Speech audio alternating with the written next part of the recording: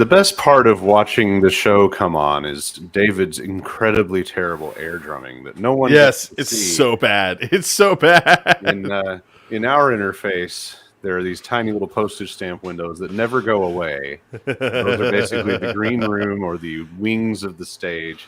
And you can look down there while the intro plays, and there's this itty bitty, completely rhythmically inept David flailing like a Muppet. And it's always fun to see. Good evening and welcome to Brewing Controversy. That's David, I'm Lucas, and down there is Brian. Aloha, Brian. What's going on, man? Thanks for joining us. As you probably know, those of us that join us on a regular basis, this is the relationship that I have with my friend David, and we don't live in the vicinity anymore, so we have to get on the internet and exercise our American responsibility to bitch and moan about government and politics and current events and mostly Republicans, and drink a few craft beers along the way. So we're glad to share that experience with you. A few. Yeah. I have a couple every time, and then by now David's already added the few, and then there will be several more. I started this day having beverages and politics, and I'm ending the day with beverages and politics. I had coffee this morning, David. You know what I did, right? Did I tell you? I told you what I was going to do. You told me you didn't want me to do it. Oh, Connor. I had coffee with Commissioner John O'Connor here in Grand Rapids, the commissioner with whom I've had many months of feud with. And we had a fantastic hour and a half of conversation and drinking coffee and finding out the things that were more in common than not, and hearing the... Actually, I expected him to have a couple of things to say about, like, I didn't appreciate that you did this or that, but I think he's politically savvy enough to know that it's really not personal. And he expressed to me some interesting things. I'm not going to agree with him about everything, but he expressed to me a lack of patience with how things have dragged in some cases. And he mentioned that he's only got 2 years left and he's termed out and he's running out of willingness to just keep sitting and waiting for stuff to get done without saying more about it, which is neat because during the commission meeting this week, somebody pulled John's string and he had a lot of shit to say about brownfield explanations just out of nowhere. He really went on a tangent of a professorial dictation about what brownfield really is and how it's used for urban revitalization. And I thought it was great. And I mentioned it in my remarks Tuesday, but I told him today, I sincerely mean that it was great that you told people about that. I think if we had more leaders spend more time in the past 8 months in this town stopping to explain things or say what they think, like he pointed out that he's an urbanist, and that's something nobody would have fucking known because he never said anything. So I think it's the start to a workable piece. So that's good. It was good. I enjoyed it. Hoping he enjoyed it. The real takeaway is I can now lift my personal boycott and go back to Long Road Distillery and have some wonderful cocktails and excellent food. So as soon as the lady gets back from her weekend trip, I was like, we're going to have a Long Road date now. I came home. She's like, how did it go? I said, we're going to go have a Long Road date now. So anyway, other than the one big thing that's new in your life that we're going to talk about later. Yep. Because David had a personal experience that relates directly to his pet topic, and boy, does he deserve a pet topic on this one. But what else going on with you? You earlier when we prepped for the show, you were wearing a chef's jacket. You look more like the unkempt lumberjack we expect, so that's good news. Right. No. So I have my chef's jacket on because and Lucas is like, why do you own chef's jackets? And I'm like, because between working front of house, but the thing is, running into dish, like hauling away bags full of soggy mess that gets all over you, running back to the line. Queso, it turns out, if you don't get it off within a certain amount of time, will stain quite pointedly. Huh. I thought you were going to say it turned into concrete. It does, and then when you taught it won't come out in the wash, and then when it Okay. goes into the dryer, like you'll look at and like the pants I'm wearing right now have these specks of like yellow, like permanently dyed into them from where So little what flecks you're of saying queso. to me, David, is that either Bill Clinton was brought down by an intern, or there was queso on a dress. There could have been queso on a dress. But no, the reason I wear these chef's jackets. Do I have one available like around here? Yeah, hold on. I mean, you don't have to. The reason It's The just reason an I wear these- anecdote. It doesn't have to have props. there it goes. Well, it has one at hand. So, no, it's because Easier to get those clean, and it's cheaper, right? in the grand irony of things, a black shirt, a cheap black Amazon Basics black shirt, work shirt, costs about $45. Those chef jackets cost about $30. And because they're for work only, I realized this the other day, I can write them off on my taxes. Oh yeah. Look at you. Well, we've got a pretty hefty stack of items for our first round of discussion tonight. Now, for those that know, you know that this is the part of the show where we run through a few things that have come up since we had all our best ideas about the things to talk about on purpose. The Hot Take Happy Hour, it's time for the happy hour with a few topics on deck. And I just love the first one, David. Tell us about the gay All right. mists. And I want to preface something because we had a couple of people ping us earlier today about you've got to talk about this and you're talking about this and you're talking our topic selection is mostly like there's a lot of things that are going to get covered by very very well and probably better by the national news media. We try and talk about some of the big stickers. We also try and talk about some stuff maybe that other people aren't talking about, and then just for Funny shit. humor's sake, we like to throw in Funny shit. stuff like this. So this Now, relates I will back. say though, just to make sure that it's not too high-minded, most of the happy hour does come together sometime between the hours of 1 a.m. and 5 a.m. via texts from David that I end up reading on the shitter in the morning. So if you're ever wondering where the hell do they get this idea for what to say at the top of the show, one or both of us was likely taking a shit. That would. Well, no, I mean that's assembled. that's me coming off work or sitting at the bar right after work, and reading the paper as I do in my nerdiness. All right, so the gay mist, The Gay Mist. A Hobbit's Tale of Green Energy. That's the name of this book. No, it's fantastic. So all of this is coming off this.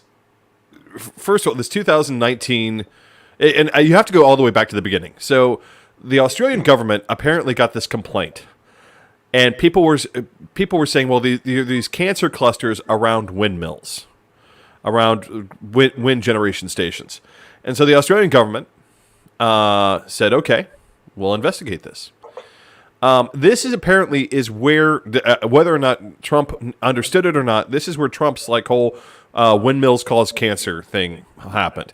Now the Australian government did a thorough study. They're like, well, there's no fumes, there's no chemicals.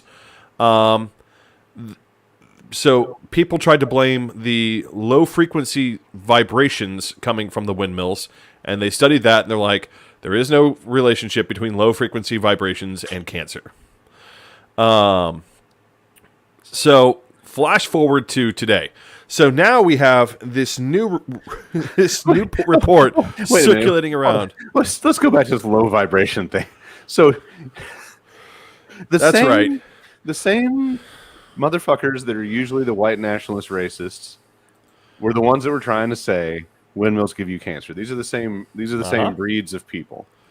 And then they decided to say low frequency or low vibrations, and then not a one of them stopped to say, why isn't there a lot of cancer in the hood from subwoofers? Like, not a one of these racist motherfuckers had this connection, this like Hitler-esque connection of, oh, maybe subwoofers are killing the dark people. Like, not a one of them goes there, but they definitely go in the windmill direction. Yeah. Amazingly stupid human beings, Brian says, very accurately. And I imagine that I want to believe this is a joke, but here's the problem. Every time you expect the right to be full of satire, they're actually serious. And I want to believe this guy's name is actually a joke.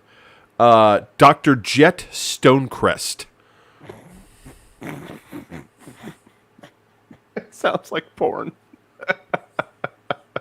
But it could be legit. It could be legit. And it probably is. So, boy. Gays are using windmills to waft homosexual mists into your home. This is the new iteration of this theory is that windmills are creating these mists that are turning people gay. And windmills are being used to waft the gay mist into your home. You know what, David? They have to use windmills as an outboard automated solution because drag queens fans can't be everywhere. Haven't you heard? I love the fact that they also made a point of saying this guy made a point of saying that this map that he's created was made using our favorite branch of the military. I'm sorry, Jill. I am sorry, but our favorite branch of the military, Space Force. Space Force. I wasn't sure which Jill. We know a Jill that works for Space Force. Hashtag should have been the Air Force. And I thought you might have been talking about Jill Biden for a second. No. Or speaking of stupid things, and this is a slight aside, but did you see Ted Cruz's angry tweet at Jill Biden as she was making dinner? Oh boy. Yeah. So he pointed out that she had a gas stove in her kit. Yeah. Already, this whole gas stove thing is like 24 hours old. Like that pathetic bottom feeding trash heap. Like, ooh, a new hot headline. And for those that don't know, there's like this thing going on where they might stop making and selling new gas stoves, and of course conservatives are going to freak out and say that we're going to come to their house and take their stove, which is not at all true. And quite honestly, I like my fucking gas stove, and Yep. I'm disappointed to hear about this, and I kind of feel like the professional culinary industry is going to find a loophole. Well, I mean, I'll tell you honestly, the professional culinary industry has kind of been moving away from gas, and here's why: good induction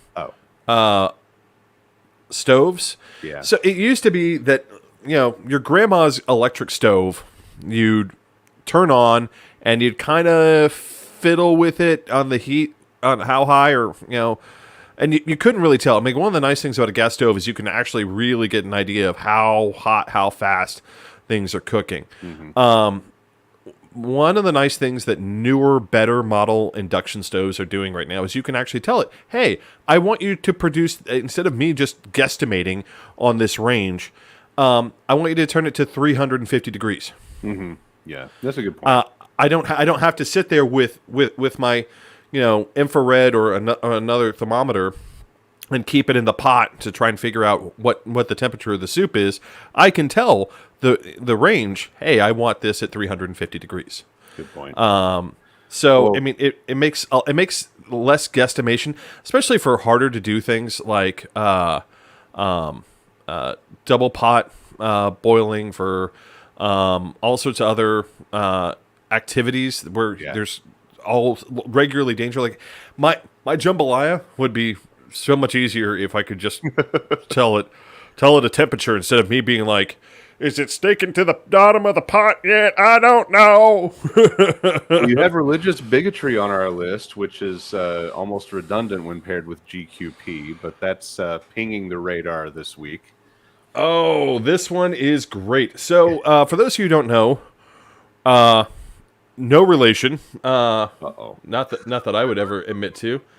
But Chairman McDaniel of the Republican National Committee is being termed out. Well, she's not quite being termed out. She's up for her seat's up. Turned out like leaving, not hooker. Got it. Yeah, Okay. well, I mean, she was. It looked like she was going to go now, especially after the midterm failure. But now she's kind of holding on. One of her main opponents, however, is De Hillen. Now, let me explain where De Hillen's name comes from. It comes not from ye old Anglo-Saxon or Irish or Scots or German or Spanish or Italian. It comes from India because De Hillen is a Sikh. Oh, yes.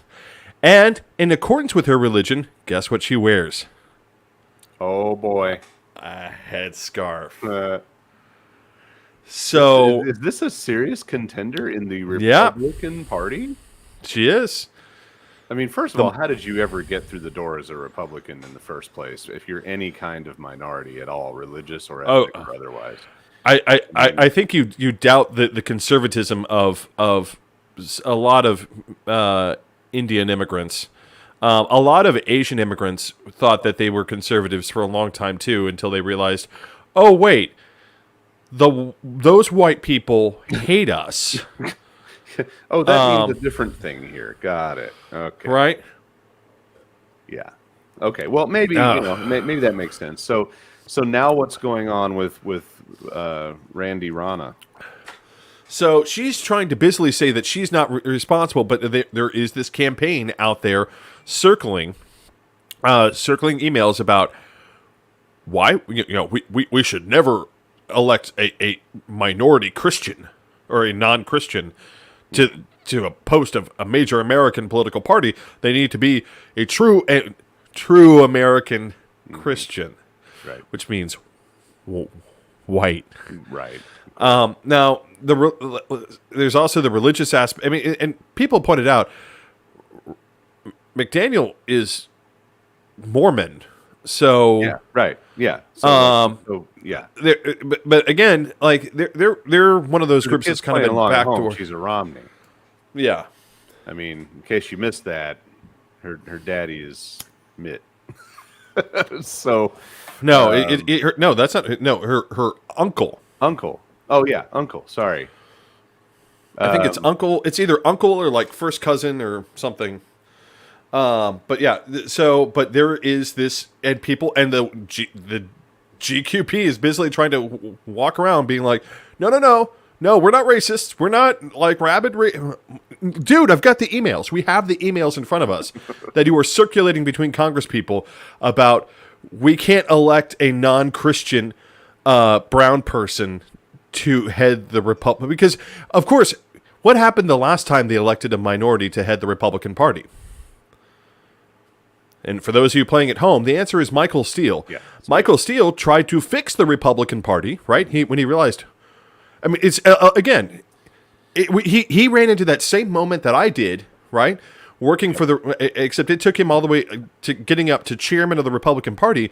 Where that moment from the Little Britain skit where you have the two SS officers sitting in a trench looking at each other, being like, "We have skulls on our hats. Are we the baddies?" Yep. We're gonna And just get that clip so we can start using it when you right? You tell this story at least once a month, and Are we the baddies? But I mean, like they're terrified that just like Michael Steele a former chairman of the party, has turned complete 180 and is now a crusader against the Republican Party. That I think that there's honestly a concern that if they put another minority in that spot, especially a religious minority, they're not thinking that they're going to to have. They just don't like her because she's probably some shade of brown and doesn't pray the same way. That'll be fun to watch. Wears a headscarf. Fun when they decide to fight amongst themselves. And wears a headscarf. I mean, I'm just waiting for the day like some conservative Muslim shows up and they collectively just lose their minds, like just like screaming, panic, cats and dogs, Bedlam. total absolute insanity at RNC when they can't headquarters. do it here, the conservative movement exports their mania, and that we saw in Brazil. I'll tell you, I was surprised. I have a wish. I have a really interesting wish. So for those of you who don't know, up until December of last year, Brazil was being governed by a far-right demagogue by the name of Jair, spelled Jair, Bolsonaro. Bolsonaro openly kept on talking about, I'm going to bring back the military dictatorship. I'm going to do all this stuff. He lost in the election. Trump clone, in a way. Yeah. Well, except worse, because Brazil has actually been under a military dictatorship. Right. So he loses the election. And it seemed like he maybe tried to get some members of the military to launch a coup, but they really weren't buying it. They're like, you don't have enough popular support. We're not gonna do this again. This was a bad idea when we did it in the 70s and 80s. We're not playing this game anymore. We're past that.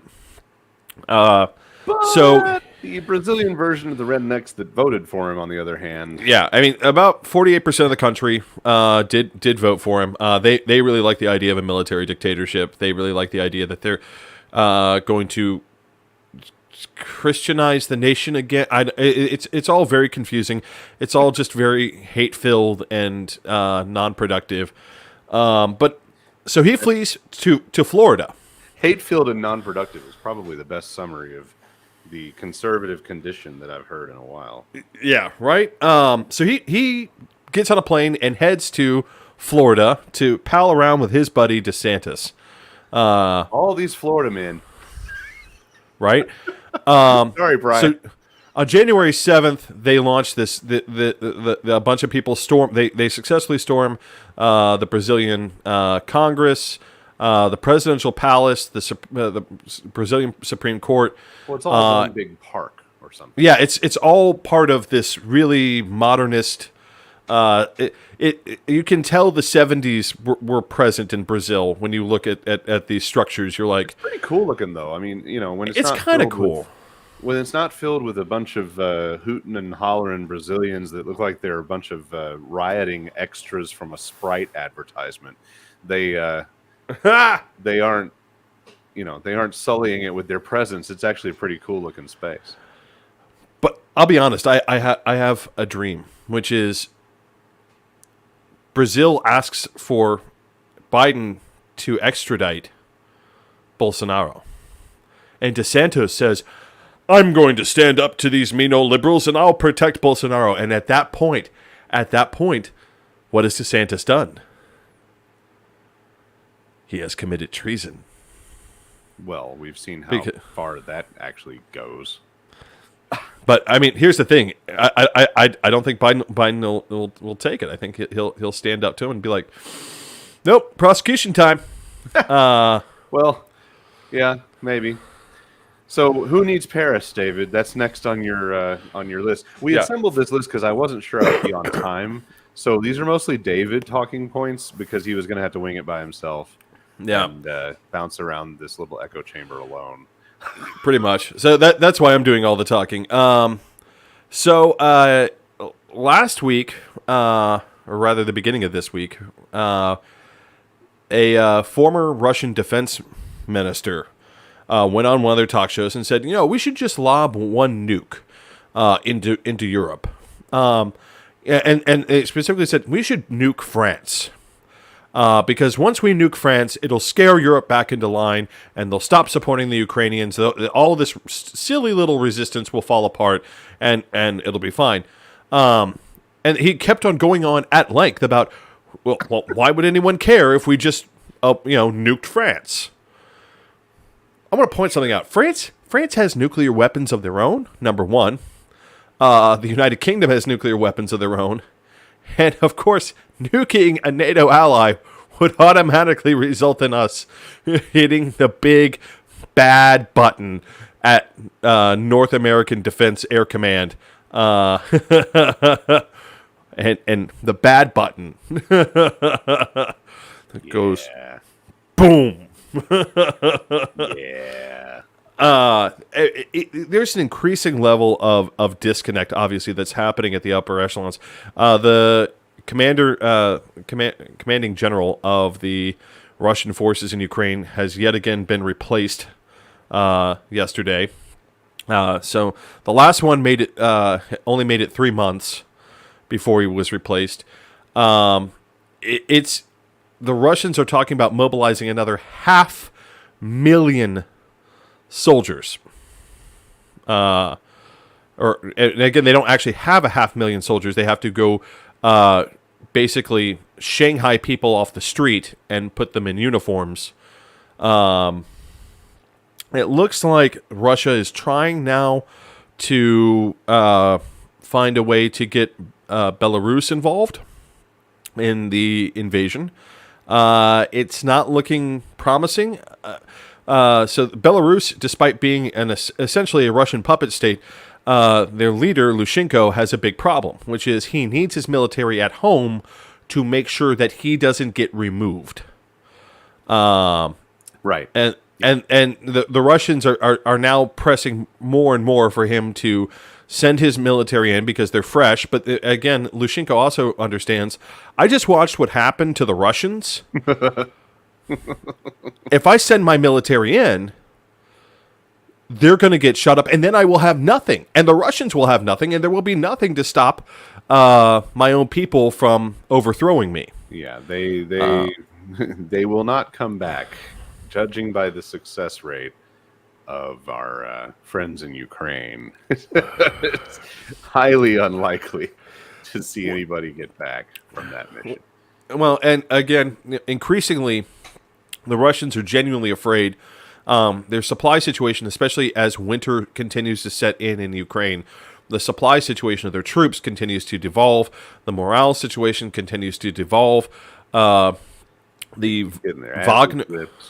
Wagner mercenaries that they were literally...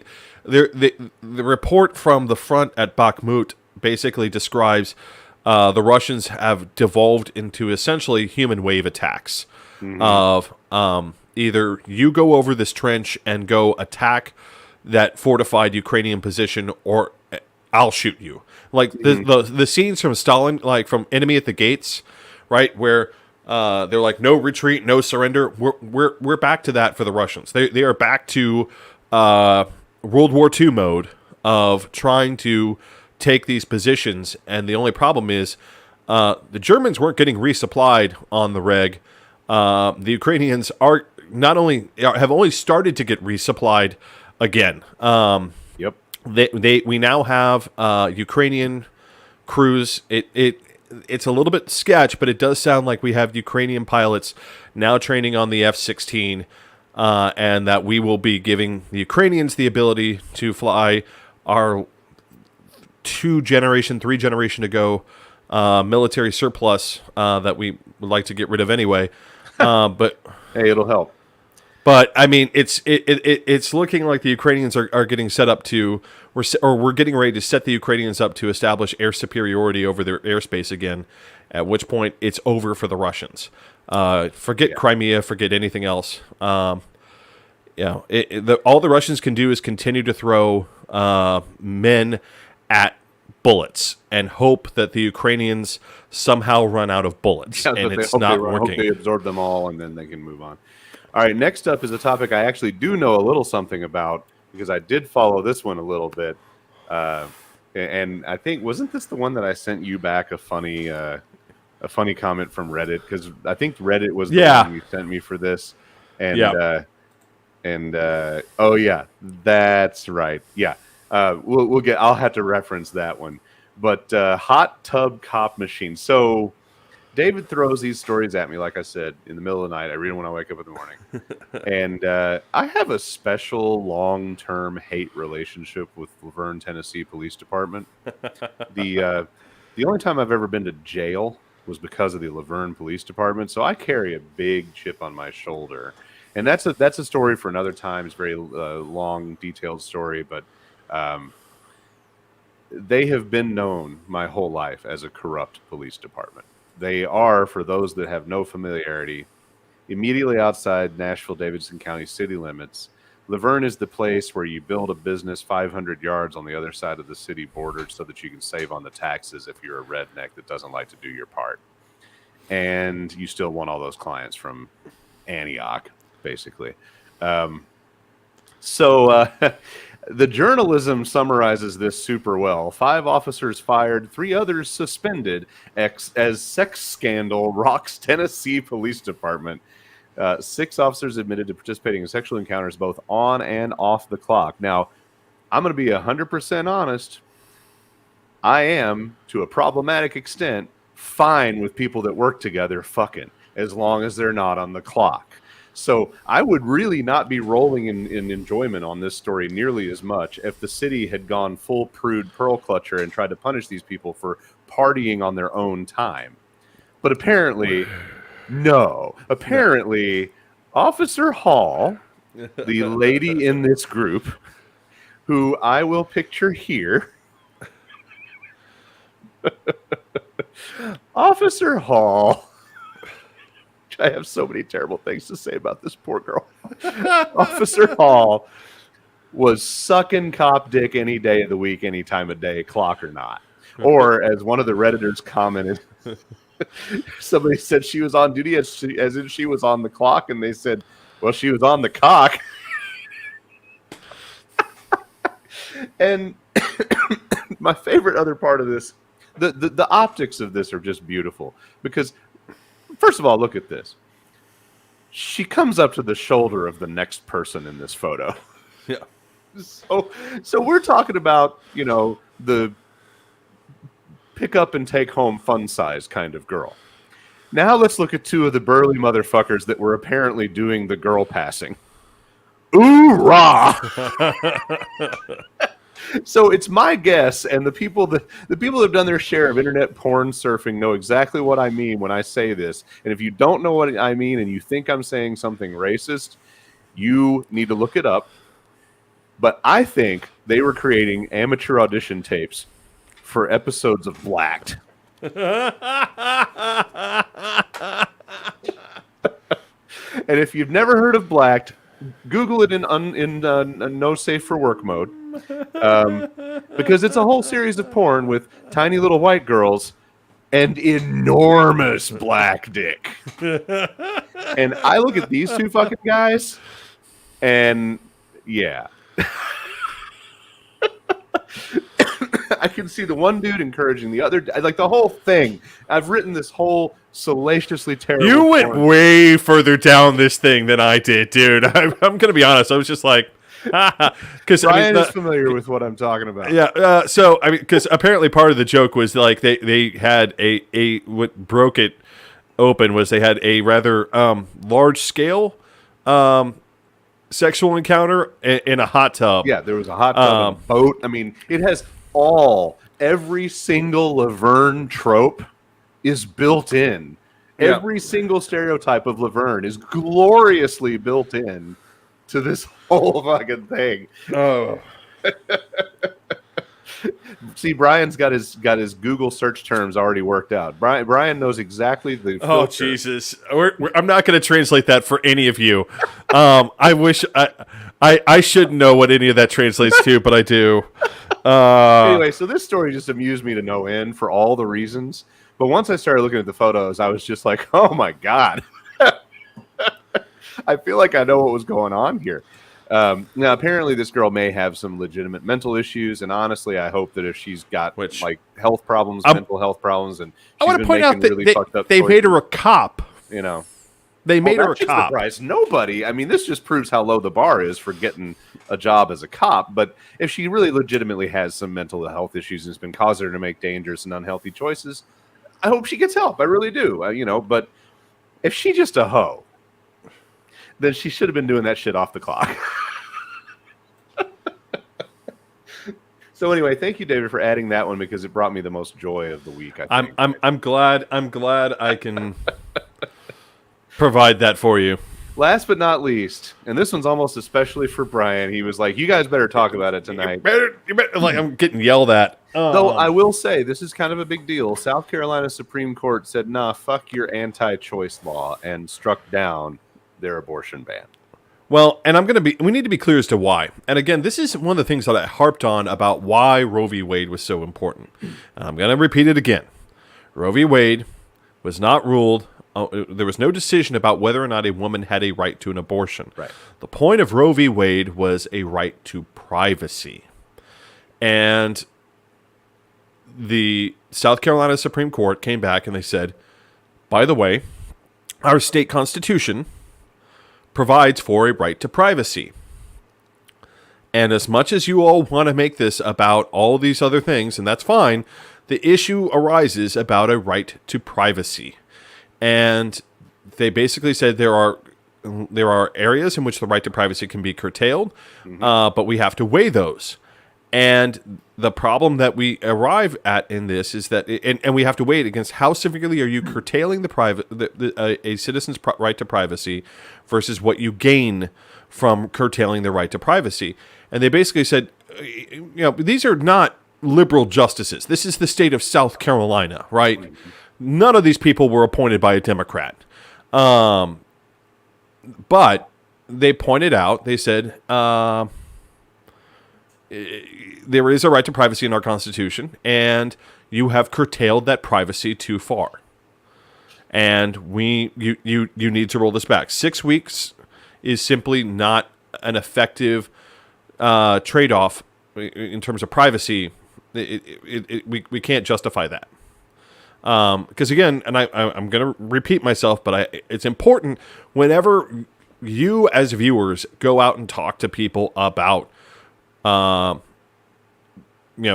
choice and about Roe v. Wade. It's important that we use the right language because the conservatives want to constantly talk about how Roe v. Wade is all about abortion.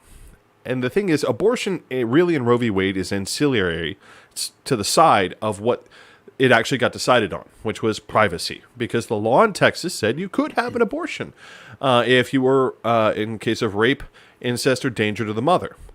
The issue that arose, however, was medical boards and police interrogating women on who raped you, how are you going to prove it? Who did you have incest with? How are you going to prove it? Was it really incest or was it consensual?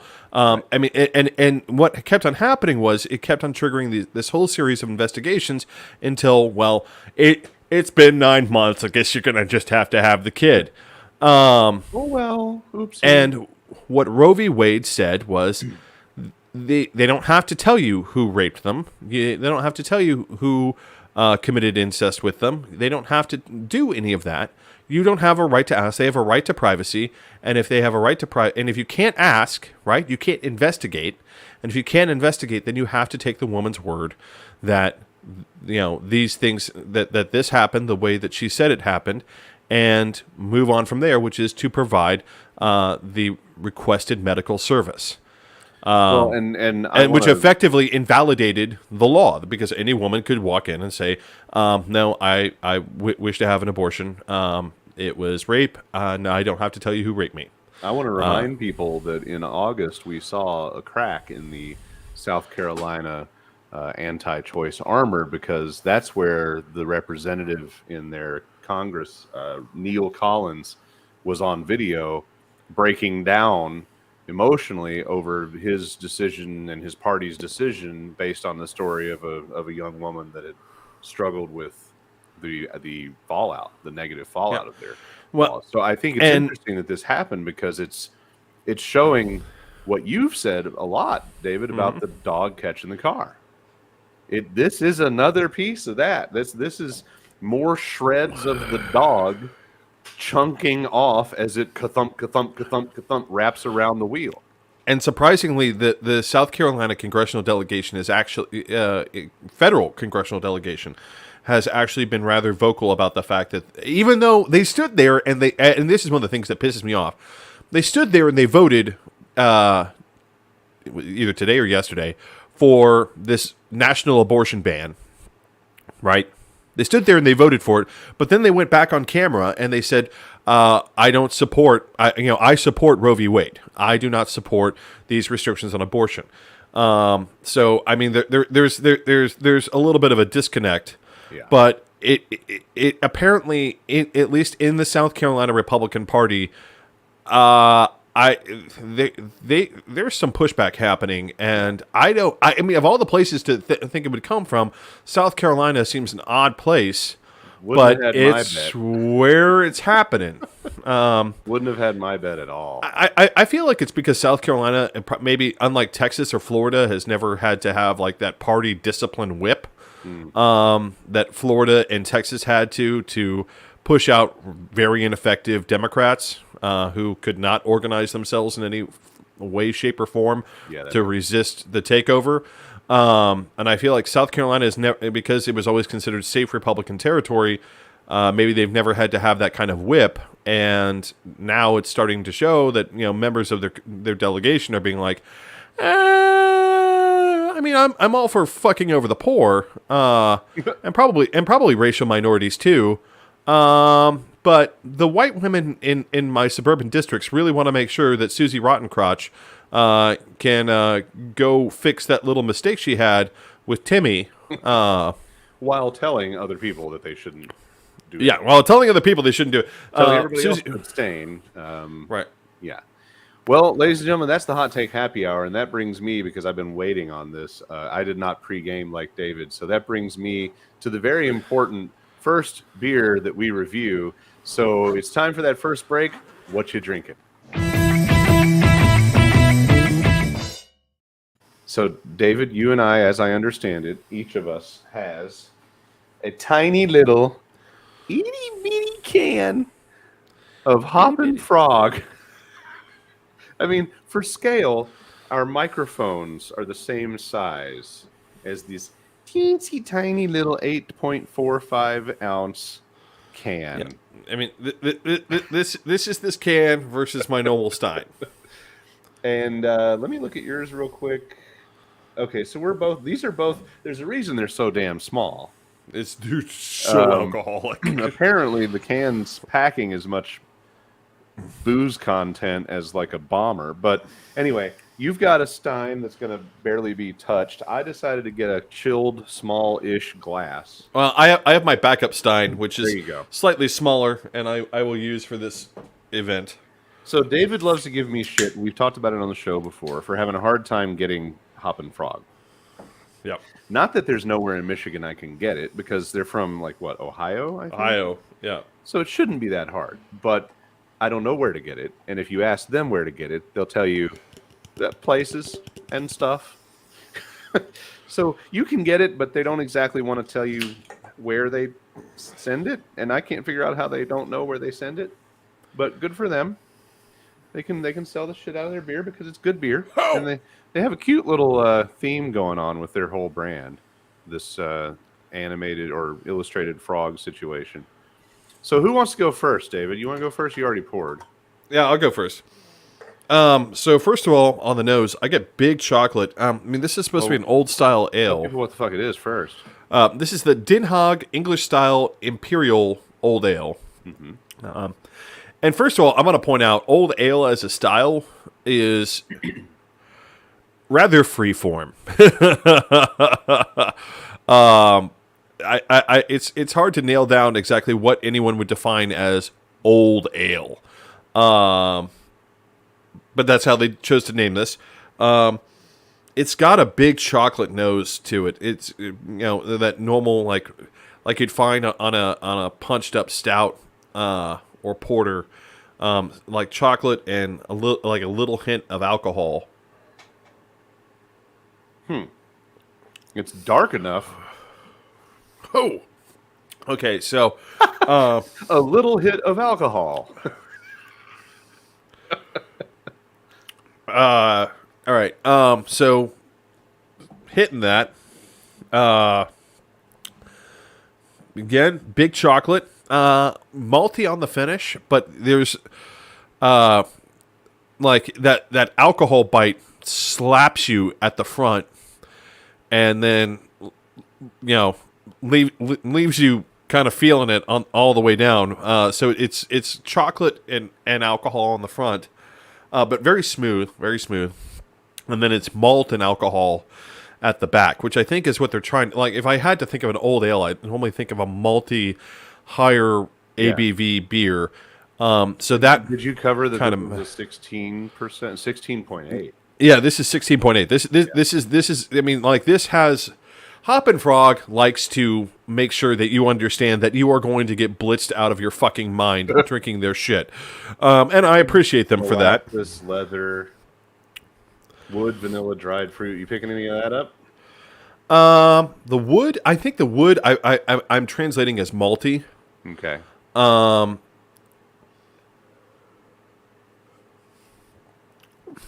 The leather is definitely there at the mid. I can definitely taste that. Definitely getting that leather flavor. But again, I feel like it's the alcohol that's twisting that chocolate into a leather. One thing that I guess Hop and Frog is used to, since they produce such high ABV beers, is that they're better than most at using that alcohol note and having it twist other flavors. And I feel like that leather note is actually the kind of chocolate note that's being twisted with the alcohol until it has a leathery note to it.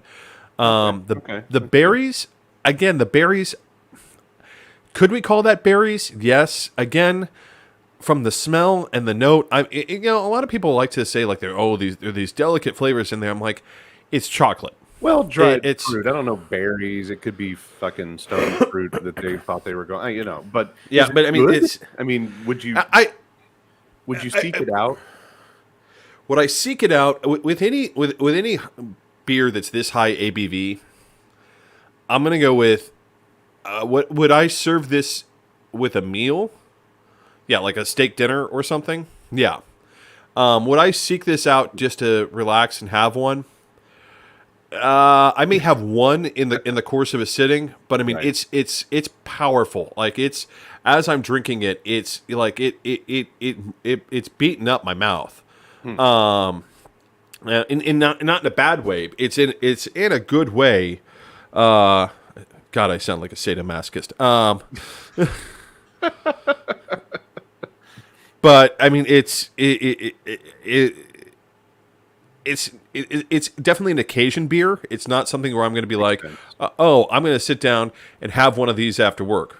Makes sense. Yeah, no, Hop and Frog makes beers that I would associate more with almost like wine, because they're such high ABV and they have such complex flavor notes that it's something that you want to sit and enjoy. You don't want to just sit there and be like, yeah, I'll knock back another one of those. Like, no, you should not. You like life. You want to live.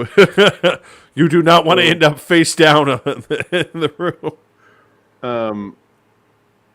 I just noticed that my illustration has some details you and I are going to have to play with later because we're nerds.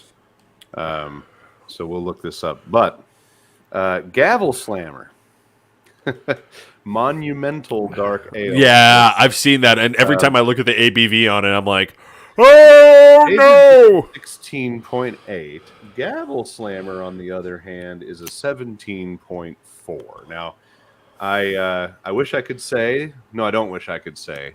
Some people might wish that I would have only one 17.4 in my house right now, and this would be it. But no, actually, this is one of 3 17% beers currently residing in my stash. So, Gavel Slammer, Monumental Dark.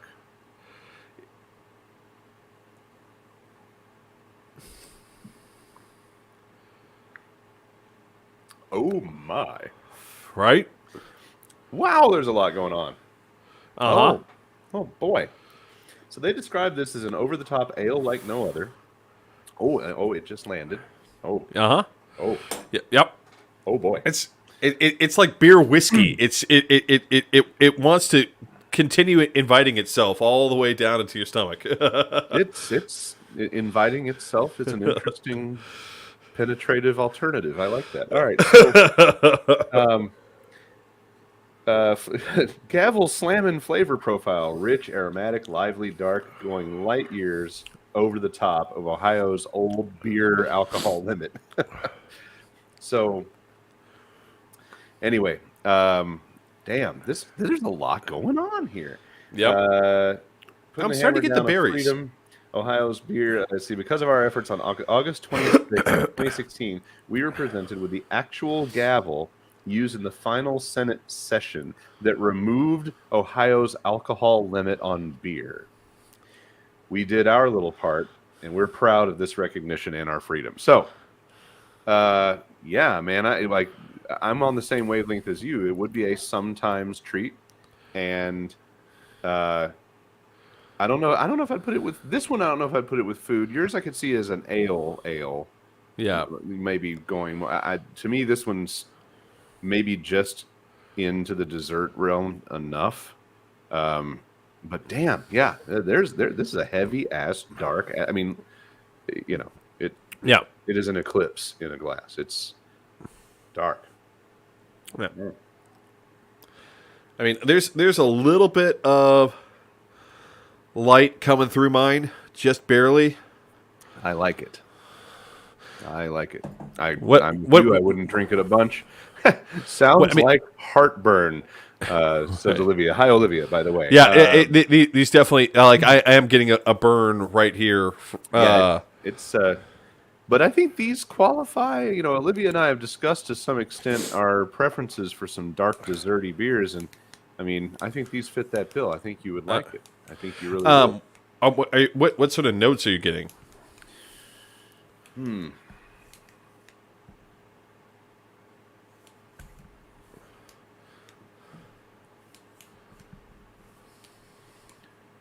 Not sugary, but kind of kind of like dark mapley. They don't have a description on the Untapped description. They are well respected at a what is this average rating? 4.14. Yours fell in at a 4.2, I think. 4.25. Yeah. Yep. You know, I'm not sure what they claim. Saying it's the same description on the can. Yeah. So they don't really claim any notes that I'm trying to check for. And given the total naked mind space of it, just trying to come up with my own description, I would say a little mapley. But like I guess, like dark maple syrup, like a smoky maple syrup. I gotta say, the more I drink this, I am starting to get that dried fruit note. So it like there is an evolution from the chocolate to a dried fruit note to the leather, and I almost want to say even like a tobacco note. You know, that might, actually, you might have something there. Yeah, that might be a common thread between those two. Now that you said it, there's a bit of a cigar thing to. Now that you've said it, this would be really fucking good in a snifter with a cigar. Yeah. Damn. Okay. All right. Yeah. For those of you looking for a whiskey alternative, turn to Hop and Frog. Yeah. Because it's slightly less ABV. It'll still get you fucked up, but it's. I would argue it's going to be more of a fun time, or easier to have a fun time with a Hop and Frog than most scotches and whiskeys that you're going to have available at your fingertips, or at some other point. Now that I run a bar, I've had a lot of great opportunity to find whiskeys that I enjoy. I'm actually developing a new appreciation for this, but I mean, still, there you go. For cigars and stuff, this would be a good. I could see that working out. Well, speaking of dark leather, if there's one thing I contribute to this show, it's the segues. Last time we all gathered, they couldn't get old cousin Kevin across the finish line. We forgot something. What did we forget? Oh, where is it? I know what we forgot. David can do the. There it is. Oh, that. I thought you were doing a different thing. Yes, absolutely. That's right. We did forget Brian. Brian's contribution to our first break. LA Kush Cake, 27.5% indica that makes you forget how to chew and feel shame.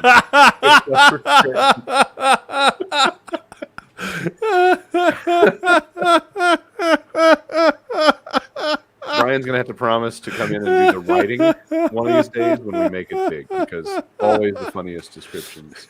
Very good, sir. Thank you for contributing and for joining in on the frivolity of substances once banned. Jesus. In the spirit of the same freedom that the I'm not gonna lie. Considering our lineup, that's gonna be us at the end of the show anyway. Yeah. With the beers that we have for tonight. So David, introducing Kevin McCarthy. This is what I thought you were about to do that I had forgotten. Since we're now keeping the clapping Nancy clip on hand, cousin Kevin. And for those that know their Broadway / Who trivia, cousin Kevin, there's a reason that I'm using that phrasing. So cousin Kevin finally made it across the finish line. This time last week, it was not certain that that old Kev was going to make it. I'm honestly shocked that he did make it. I thought I'm not. Those motherfuckers would have sold out some way somehow to do it. Well, I mean, I think that the problem is that at least from his perspective, he's so damaged the myth of GOP, because for the longest time, for those who aren't familiar with it, it's a really stupid, awful rule called the Hassett Rule, and the Hassett Rule basically says that Republicans will never vote against a proposal put up by a Republican, and Democrats do this all the time, right? Democrats wish-wash all the time on things because, again, it's supposed to be a coalition, not a party. Even though we call them parties, they're coalitions. And for the longest time, it's the and here's one of the things I think that this laid bare is that the Republican coalition is as much, but likely more divided than the Democratic coalition. Everyone keeps on looking at the Democratic coalition being like, well, the centrists and progressives are at each other's throats all the time. It's a party in disarray. Look, I have an issue with that based purely on the fact that not enough Democrats have a pair of fucking balls to fight each other with. We cannot be both nutless and gutless and fighting with each other all the time. At best, Democrats have mild disagreements, and then somebody fucking folds, and we get nothing of worthiness accomplished for progress. That's where we live. We get small. Love, Republicans fall in line. That's the old phrase. Well, they certainly didn't goddamn fall in line for Kevin, now did they? No, they did not. And I think it's laid bare. And because I think one of the things that's I mentioned DeSantis earlier, and I was reading a analysis of him earlier this week, and one of the things it pointed out, how did DeSantis get to be DeSantis? How did he get to be in the position that he's in? And I think one of the things that has been pointed out is DeSantis broke with a key element of Republican orthodoxy, which is he would go after big business. He would go slap big business in the name of the culture wars. And he's done this repeatedly, from Disney to Facebook to Apple to all sorts of organizations. He has been willing to wield his control over Florida as his own personal fiefdom to try and smack around major corporations. Now, and I hate to say this, to a certain extent, because conservatives could look at it from the other end and be like, well, California's been doing that for a while on things like emission standards. Here's the problem. If you broke up all the world's economies by GDP, and California would be number 5 on the planet, not the country, the planet.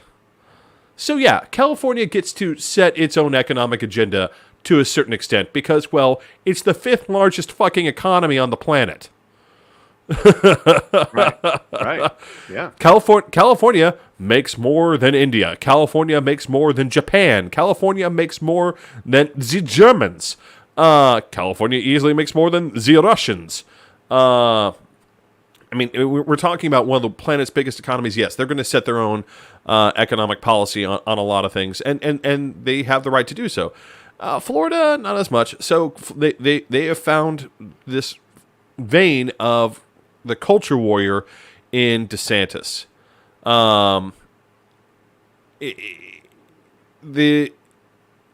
But that is a major break from how the GOP is operated, right? Mm-hmm. GOP is normally operated as this sort of uneasy alliance between pro-big business and culture warriors. And I think what this vote and eventual rise of these individuals revealed is that the culture warriors are now dominant in the party. Mm-hmm. And I want to point out to you what that would look like. That would be like AOC and Bernie riding herd on the Democratic Party, which if that happened, we'd be talking about a whole different set of agenda items. I mean, think about that on the DNC side. You would see places where David and I come away from them, right? Like we celebrate a lot of their progress and socialism, but at the same time, David has reminded people on a regular basis he's probably more of a capitalist than I am, and you would find some breaks with us going, come on, y'all, let's get realistic. And the Republicans are having that problem big time. You're very right. Yeah. The ideological wackiness at the fringe is now running the asylum.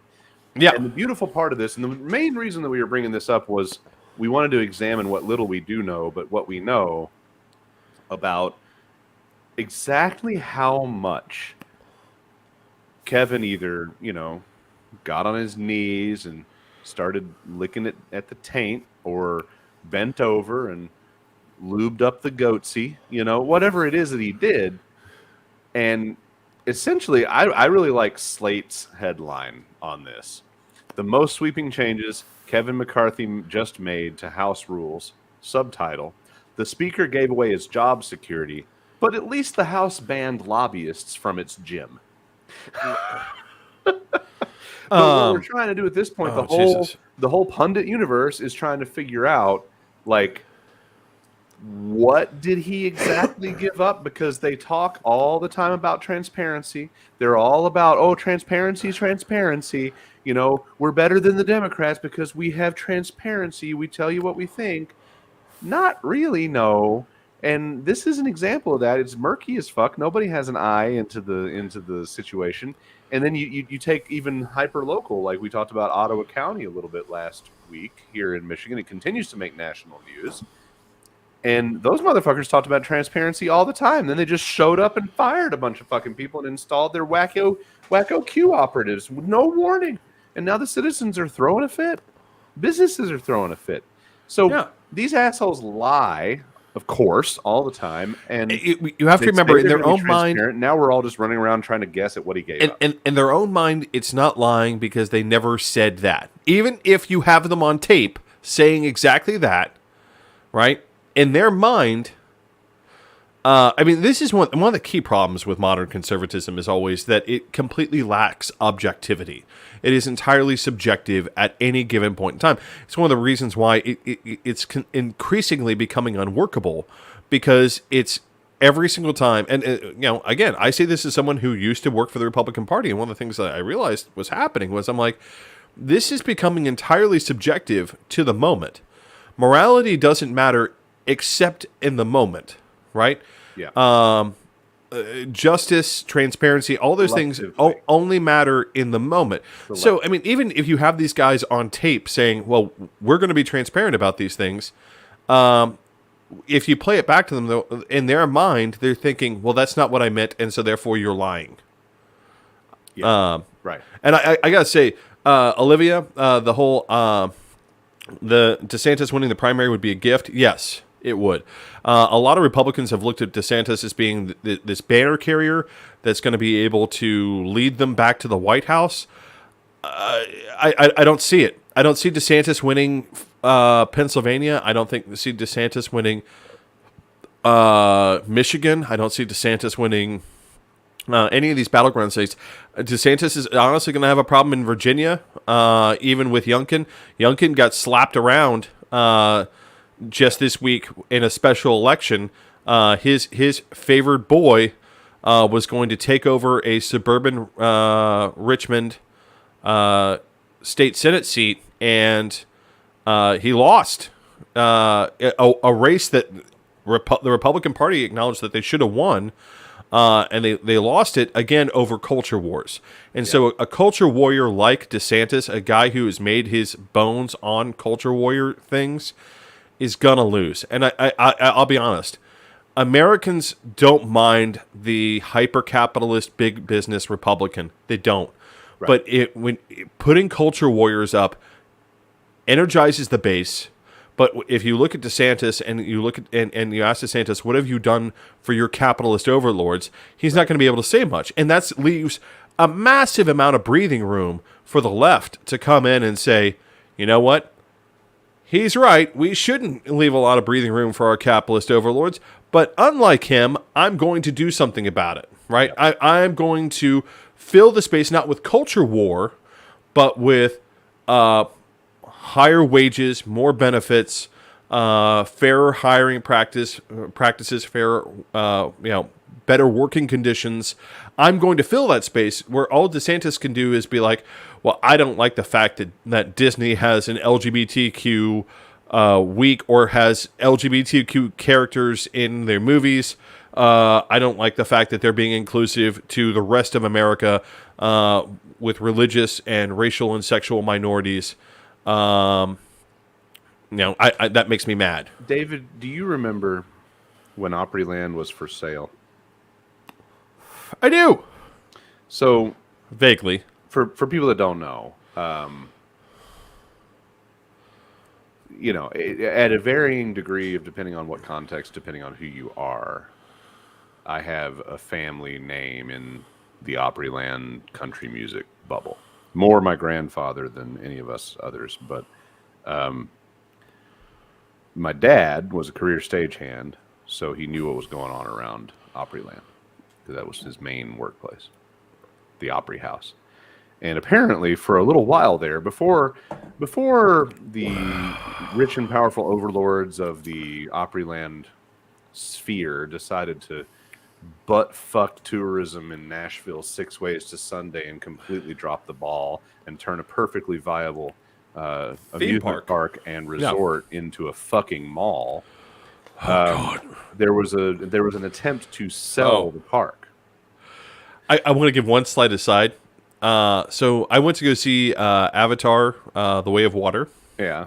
At the IMAX, which is the closest IMAX in Nashville, is at that giant mall.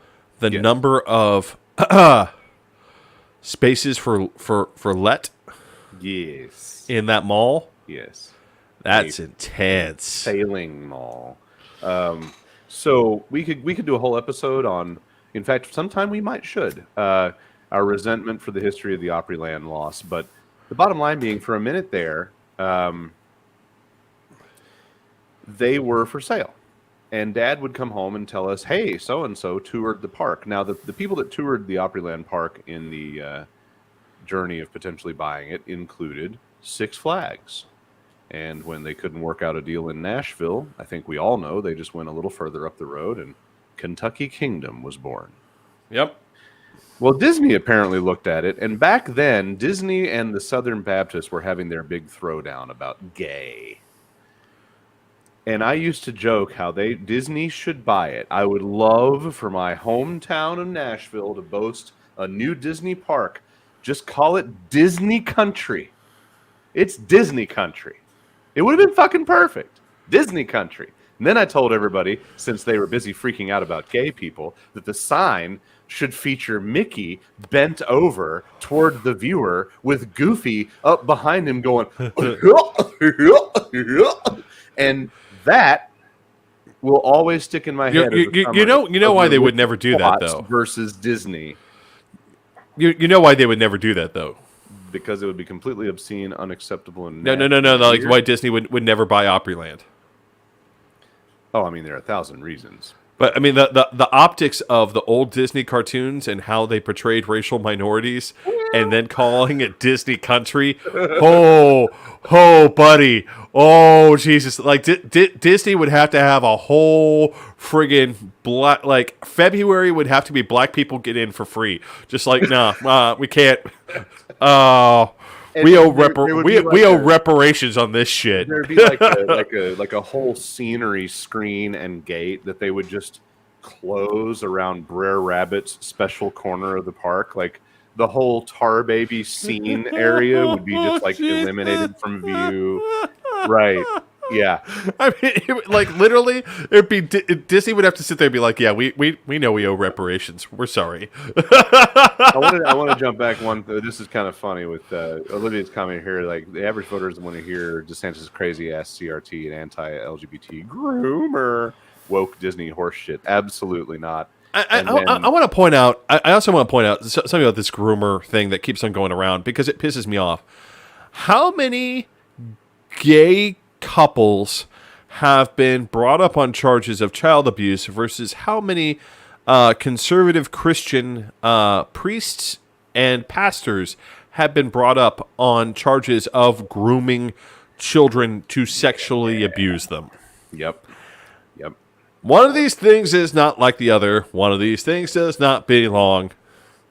Olivia, I put the comment up so people could read along with it, but yeah, Disney could stand to have some more parks. Need one in the Northeast, somewhere in Texas. Hey, like Gaylord Texan, because it came along after all this. Could have been an extension, who knows? But anyway, we digress slightly. I don't know how everybody feels about Slate. I've always appreciated Slate because it's a little bit corporate-y conservative, but it's not like journalistically bankrupt like some things.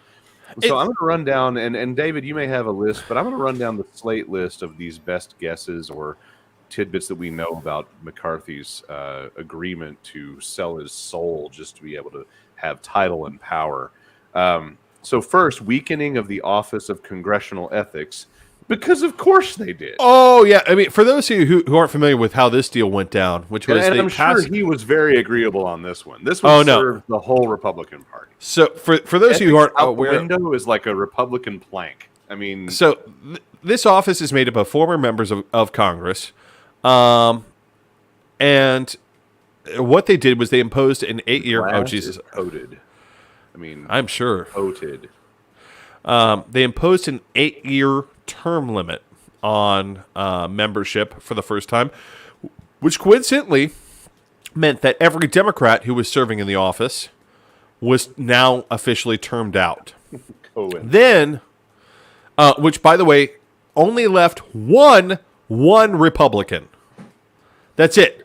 That's the entire office now. One Republican former congressman in the office. They also gave them a 1-month time limit to appoint new members. So Biden can try and get new members in, but they'll never get there within the 1 month. So yeah. It's just going to be one Republican, no investigators, no other things to do that. I mean, everyone feels like that was the gift to Santos, that he needed to avoid further scrutiny from Congress.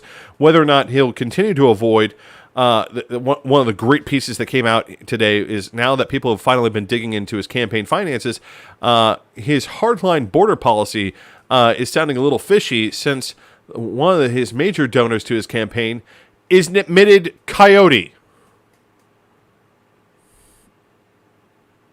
His job is to smuggle, like he's admitted, yeah, I smuggle migrants in to work in my restaurants. We have a border problem.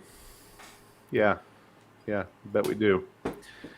Next up, proxy voting is gone. Now, this one, David, you as the congressional wonk, you're going to have to clear up why I give a fuck about this, because as I understand proxy voting, I mean, it essentially means that someone can vote in your place, like for you. And I feel like I could take or leave that. Like, so I mean, I don't know what damage or benefit it has. Like, this was never a thing up until COVID. The Senate has always been hard and fast about this rule. The House has sometimes been a little bit fuzzier about the idea of proxy voting. The Senate always has had the rule very clearly. You have to be in the chamber. You have to be on the floor. You have to be conscious. And yes, that has actually been an issue before. You have to be on the floor and conscious. Awake or conscious? Conscious, as in not fall down drunk, as in able to lift your head and say yay or nay instead of like the issue was a fellow senator raised the hand of his drunk colleague. Wait, this came from a weekend at Bernie's vote? Yeah. Well, no, I'm saying that's happened before in the Senate, and is one of the reasons why the Senate has like such hard rules about no, you have to be like conscious and able to vote in order to vote. I realized that I just finished the 17% beer, but that's the funniest shit I've envisioned for a minute. Just He votes yay. He votes yay. I want to point out a fact of early Americana that most people don't realize, which is the water was generally unsafe to drink. If you ever look at the liquor bill of the original Continental Congress, you look at that and be like, how were any of them standing? So right. Back in the day, yeah, this was an issue of how drunk were you, and were you able to vote while you were completely passed out drunk on the floor of the Senate. Establishment of a select subcommittee on the coronavirus pandemic to look into, among other things, the federal government's funding of gain-of-function research. It's the Fauci crucifixion panel that will harangue Anthony Fauci. It's the Fauci crucifixion panel. It's the conspiracy guys wanting to say that this is all some sort of bias. Here's the thing, and I want to repeat this. We've had the entire world's medical scientific community taking a look at this fucking virus. Yeah. And I'm going to say this again, just so again, if someone brings up this bullshit, they'd be like, where's proof of genetic engineering? Where's proof of any sort of man-made tampering? Because when you futz with a virus, right, it's very clear, right? Hey, I moved this genetic sequence over here, and it's really fucking obvious. Yeah. We've had every last fucking combination of this virus put through a ringer again and again and again. If this had been tailored in any way, someone would have seen it, and it would be all over the news, right? Because it'd be a huge deal. A bunch of scientists would be like, "Oh, we have a huge problem." Conspiracy theorists never remember the first rule of secrets is that 3 people can keep a secret if one of them is dead, or 2 of them are dead, whatever. Yeah, 3 people can keep a secret if 2 of them are dead. And in all honesty, in political science, we have this experiment, and I know I've referenced it before on the show. It's called Prisoner's Dilemma. Yes. And it's what's called game theory, right? And the problem with Prisoner's Dilemma is that no matter how you work it out, if you have a group of basically 4 people or more, and you play Prisoner's Dilemma, everyone confesses, because the price of confessing versus the price of someone else confessing and fingering you is so much less. So if I confess, he said, then I get a lesser punishment. If I don't confess and everyone points at me, then I'm left holding the bag and I'm screwed. And I want to be very clear. I've been in this exact situation before. And I made very clear, I'm not holding the bag, dude. There was something bad happened, and I immediately walked straight up to the authorities and like, Yep. Here's what happened. This was my part in it. Yeah, I know you were there. Here's my part in it, and I'm not holding the bag on this. If you need to look at me and be like, hey, you might have done something. Of course, I showed them. I'm like, there was no way I could have done something wrong, but it looks a lot like I may have done something wrong. So I need to go to the authorities and be like, no, I didn't do it. That's the problem. That's the problem with conspiracy theories is that everyone confesses because no one wants to be the guy who's left holding the bag, being like, "Yes, I invented COVID. But it was Yes." me. So this also tees up the establishment of the Senate Select Subcommittee on the Weaponization of the Federal Government. You Which mean is one of the House, most House, ludicrous titles House, I've ever heard. House subcommittee, House subcommittee, not Yeah, Senate subcommittee. I started to say Senate Committee. I corrected myself. Select Subcommittee, which would be Ohio Representative Jim Jordan's perch upon which to go after the FBI. And keep in mind, all of these are virtually pointless and neutered in most contexts.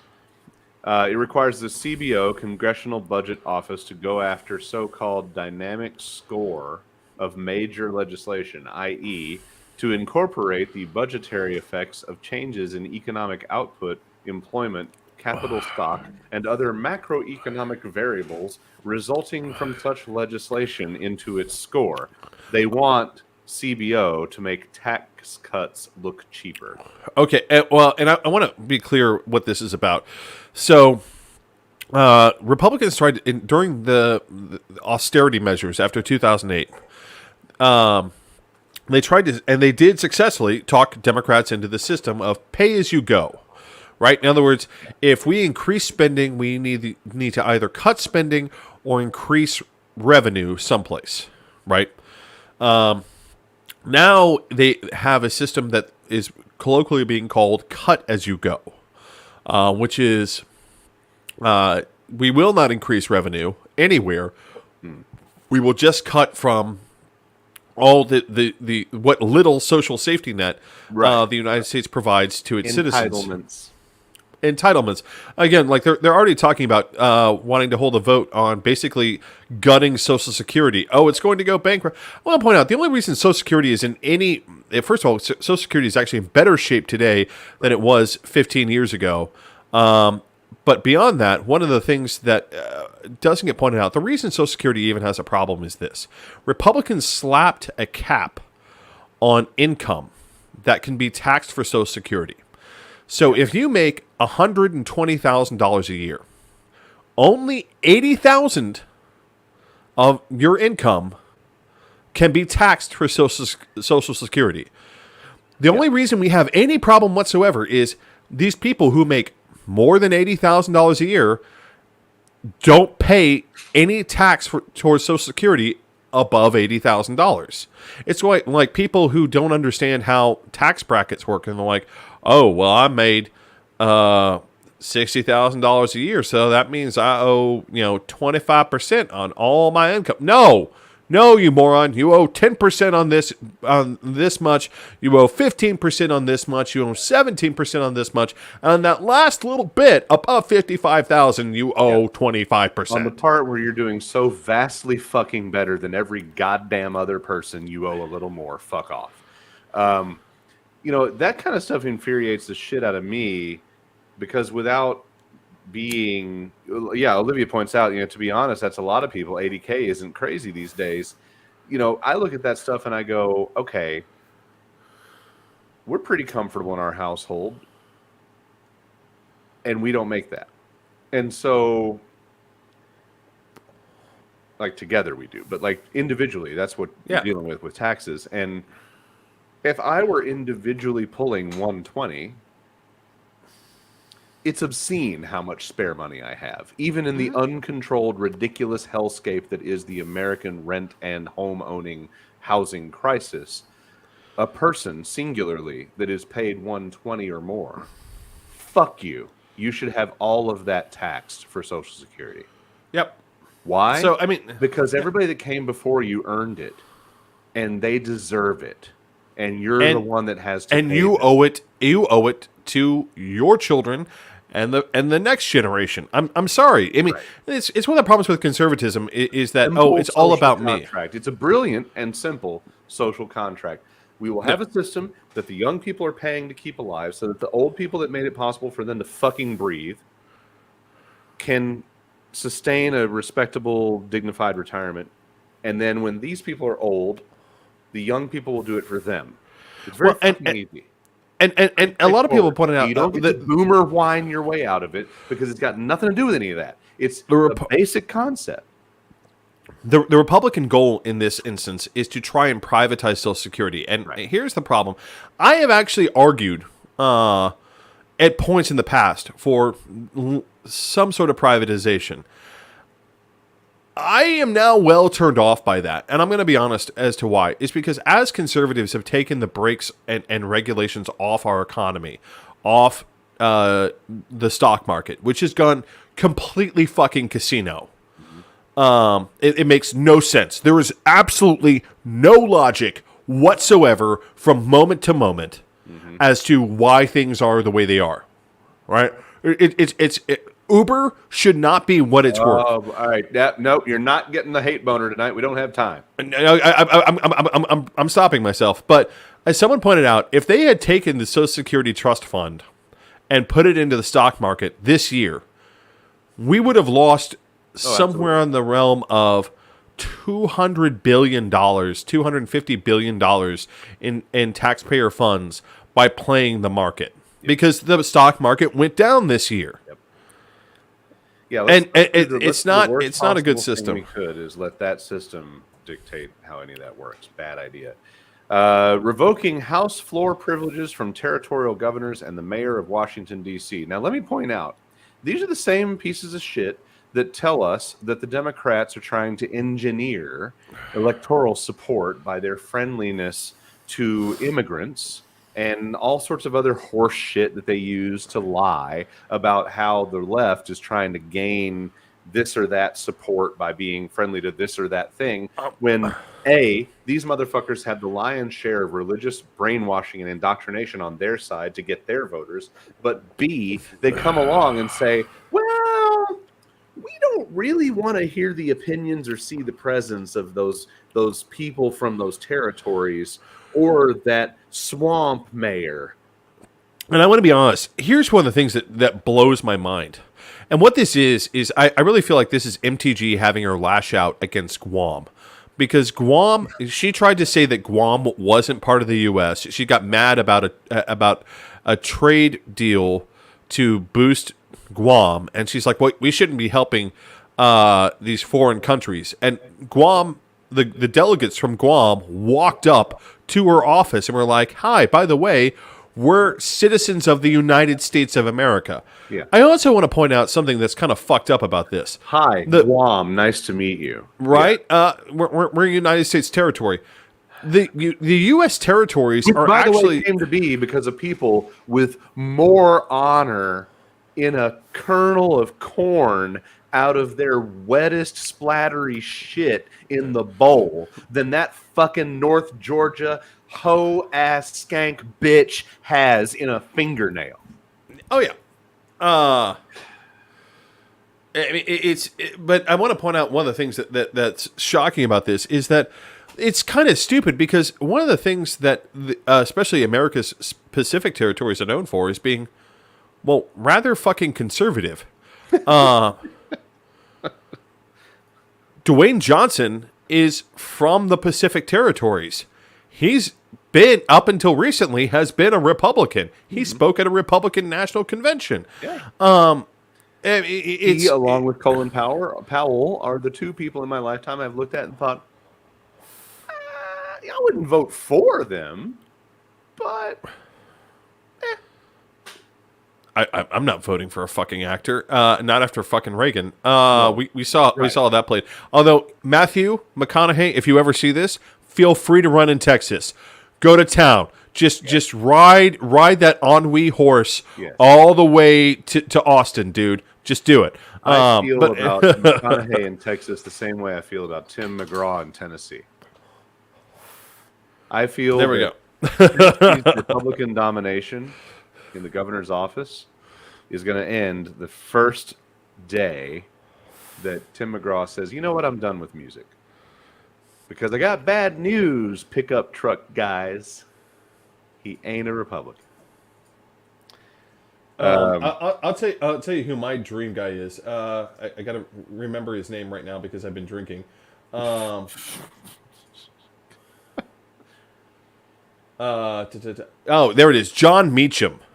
I really want to go camp out at John Meacham's house in Belle Meade and be like, fucker, get your ass to a election commission with your form filled the fuck out. Yes. You goddamn fucking asshole. Yes. Oh no, I want to be a professor. I don't want to actually. I want to just write books about politics. I don't want to actually. Fuck you, you goddamn fucking asshole. Go do the Get thing. your go.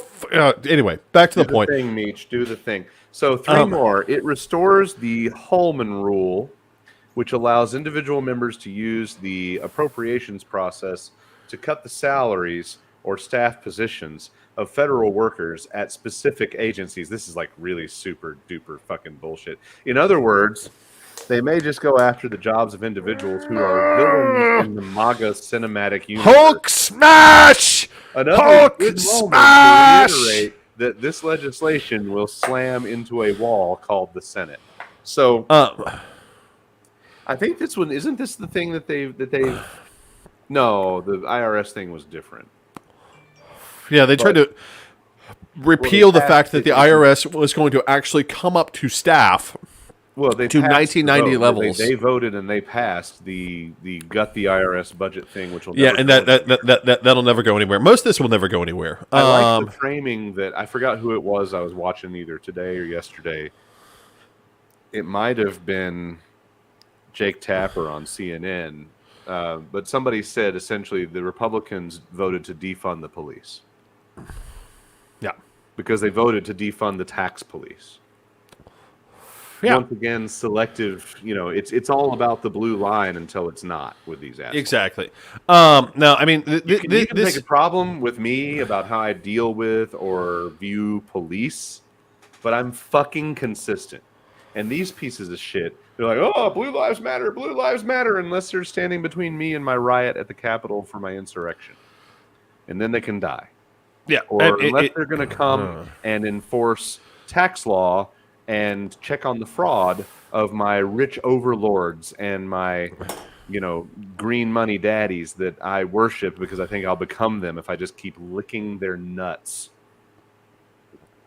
I do like the phrasing that this journalist at Slate, who is this? Jim Newell at Slate. I love the phrasing of that, though, with the...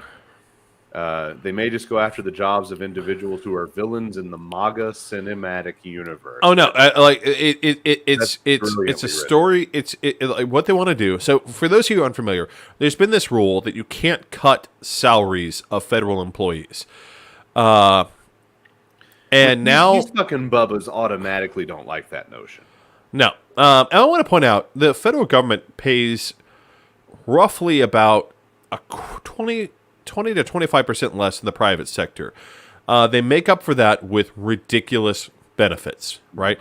There's a reason why we still have a postal service in the United States, and it's not because they're all getting rich off of sitting in that van the whole day. It's because when they retire, they get 3/4 of their pay for life, and then their spouse gets something like 2/3 of their pay for their life. And not to mention that government jobs tend to be, if you show up and you do your job and you're not a fuck up, you can keep that job forever. Yeah, like that's the reason we have a postal service, is because that we have a government funded, and we don't have to constantly pay FedEx or UPS or DHL or whoever, right? We have a government option to say, yes, your mail or your package will be delivered, guaranteed by the United States government. And the reason we have that is not because we pay postal carriers enough to live in mansions. It's because they know that whatever they make when they retire after 25 years, they will continue to make 3/4 of that for the rest of their life. And then when they die, their spouse will be taken care of by 2/3 of their pay for the rest of their life. So, I mean, it's and I want to point out, this is an essential element towards a very basic element of democracy and commerce, which is the guarantee that someone can get a package or a letter from one place to another. Everyone can be like, oh, well, we have email these days. What happens if Yahoo tells you to fuck off? What happens if Microsoft tells you to fuck off? You know what I can still do? I can still write a fucking letter, put a stamp on it for 35 or 40 cents or however much it is these days, I forget, and put it in a mailbox and have it delivered to someone. If I have to have a legal document delivered, I can pay the United States government to deliver that document in a way that neither FedEx nor the UPS or the United Parcel Service can in the same way. Like honestly, the operation that's happening there, those motherfuckers don't have it. Like people like to say, "Oh, they can just do it. They do everything." No, there's a completely different thing going on, moving letters around this country that UPS, FedEx, DHL, and all these other chuckle fucks would take the better part of a decade to ramp up. So, if a decade, and again, they probably scale it back. Again, my favorite imaginary place in Tennessee, Lower Bucksnort, Tennessee. If you want. Because there is a Bucksnort, Tennessee, there is not a Lower Bucksnort, Tennessee. But if you in Lower Bucksnort, at least exactly, not officially, if you in Lower Bucksnort, Tennessee, want to receive packages and letters, you rely on the United States Postal Service to get them there. Because God knows FedEx is going to look at that dirt road and be like, "Oh hell no, no, we're not paying anyone to do that." And to be specific, for those that don't understand, Bucksnort is a thing that happens to you for a brief moment in time when you're on I-40 having cleared Dixon, and right about the time that you've finished contemplating how those redneck navel-gazing fucks could have ever come up with a science museum of their very own.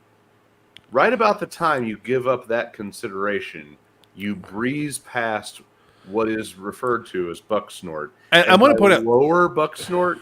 Essentially, David's referring to the part of Bucksnort that if you threw your Budweiser can out the left-hand window on your way to Memphis, where it lands on the shoulder is Lower Bucksnort. I also want to point out, the only reason Bucksnort still exists, even as a community, is it has one thing, and one thing only, which is, and I point this out to my employers on a regular basis because they like to sell seafood. And I when I did training in Florida, and I had to explain this to them, I'm like, and they're like, well, I don't understand. I'm like, what do you mean? Like, why are you freaked out by seafood? I'm like, I come from an inland state. If seafood's on sale, it means there's been a red tide, right? And it's not a good thing, dude. Like, we're used to paying like $20 a pound for seafood, and that's before inflation. So the reason Bucksnort exists is because some ingenious asshole got out there with a shovel and some concrete and built fish runs. The reason Bucksnort still exists is because if you want fresh seafood of any kind in Nashville, it more than likely came from Bucksnort, from that asshole and his wretched ass fish runs. It should be noted there are exactly two roads in Bucksnort, and they are Bucksnort Road and Duke Hollow. Yep. That's it. That's all. And there isn't actually an exit at the town. There are just exits before and after the town. Yeah, You can take some side roads and get there. So, but I mean, that's the reason why Bucksnort reference is so perfect for Lower Bucksnort. Right. I mean, that's the reason the place exists. But I mean, like, imagine like I'm running into this second beer way too much, and I haven't gotten to review it. So I'm going to push you through these next couple. Okay, ones. go. Right. It attempts to enforce single subject bills. Conservatives get angry at the way leaders log roll disparate pieces of legislation in order to sneak its more controversial components across the finish line. The requirement itself, though, reads as somewhat porous, requiring bill sponsors to merely submit for the record a statement setting forth the single subject of the bill or joint resolution. let's just say it's about politics stuff, like I tell my editor. Now, so here's the problem: is that in Congress, if you've never understood how Congress, this is the last bit of proper pork barrel / how we're going to get people to sign on to things legislation that we have left. I want pork barrel back. I want pork barrel back yesterday. I think it would solve a lot of problems in our legislative process if we had pork barrel back. I know people are like, oh, it's wasteful spending. It makes... Here's the thing, dude. It greases the fucking wheels. I know it offends everyone's fucking sensibilities, but I got to be honest, it makes things work. David, I have conceded to you that you're probably right about that, while originally being, and still utopian, about wishing it didn't have to be a thing. I even, for a good while, I used to argue a point very similar to this rule, but I don't think it's based on... So my basis is I get offended when things that have nothing the fuck to do with anything are grouped together, and I realized that I felt this way when they attached farm funding to the bill that took the checkbox off your taxes to contribute to political parties. And I was like, what? What in the fuck? But for me, it's not about the simplicity. It's the fact that these dickholes should just take those two consecutive different things up as bills. But I actually concede to you in a lot of ways about this. But for me, I think I know the core of this, because it gets back to a complaint that I've heard most of my adult life from the right. Mm-hmm. It's too long. These motherfuckers, assuming the ones that can read, which is the minority among the Cletus and Bubba caucus, the bottom line is they don't want to read. They don't like to read. Let me show you the length of a bill that the Republican congressional members would prefer to read. Are you ready? I happen to have one on my desk. I keep a stack of these. So here is a sample bill that the Republicans would prefer as far as text is concerned. Oh.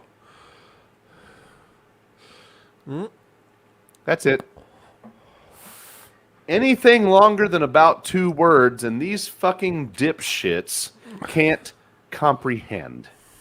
And so when healthcare happened, the ACA happened, oh, the bill's too long. Ain't nobody read it. And it's the same goddamn thing every fucking time.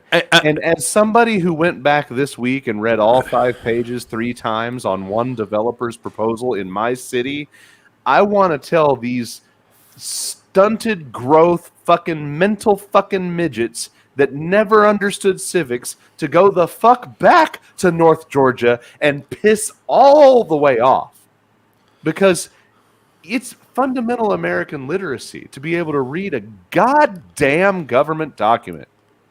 And if nobody taught you in your bullshit corner of the well-pumped fucking universe that you grew up in, fuck you, go learn. We have the goddamn internet. The main thing is, and most people don't get this is how we figure out, this is how we get votes in Congress, is that, okay, I want a bill to, let's say, expand U.S. airports. And I go and I say, hey, here's my bill submitted to expand U.S. airports so that we can relieve congestion in U.S. airports. Okay, that seems like a perfectly logical thing. Except here's the thing.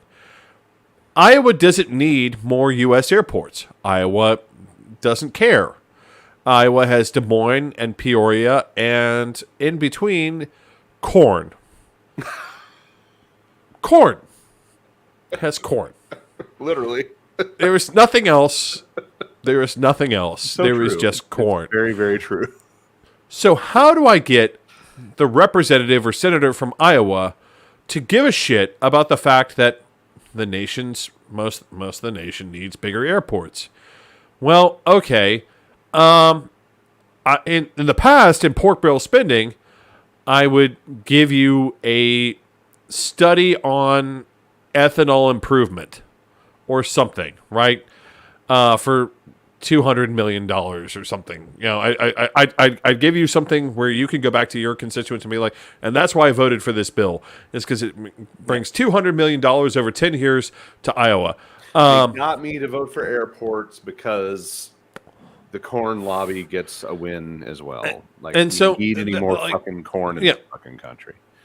So as a consequence, like since we got rid of pork barrel, they've retreated to the other side of it, which is I'll simply add some sort of provision that says ethanol inspections shall only be performed, once every 2 years or something. So if I have an ethanol plant in probably fucking Iowa, then I don't have to worry about conceal the fact that it's mostly moonshine every 2 years. Exactly.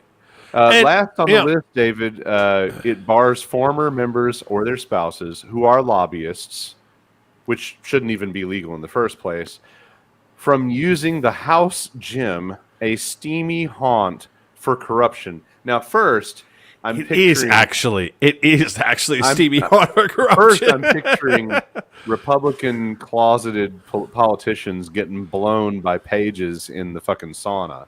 And second, I feel like this one has to be like an MTG dream. She wants to be the only one to own it all at the congressional gym because she's the gym rat. Those that don't know, her whole thing was like a fitness thing. I want to point out that that the Democrats have former members of the NFL on their side. I would like to see her try and own it all. Also, I'd like to see how she pairs up against Tammy Duckworth, who, despite being in a wheelchair, was actually served in the United States military, and I bet can outlift her easy every day of the week. She could, she could bench press MTG and every gym instructor she's had an affair with, all at the same time. Mm-hmm. Well, let's drink another beer, David. I need to talk about this thing because I'm a third of the way through. No, I'm half the way, third of the way. Anyway. It's time for more beer. This point in the show, it means that it's time for another round. Go first. I'm already in this damn thing. This is. Wait, are we both? No, you're on bells. Okay, so David did some Three Floyds last week. I decided to. So tonight I went into the cabinet. I have a cold stash. And I have a not cold stash.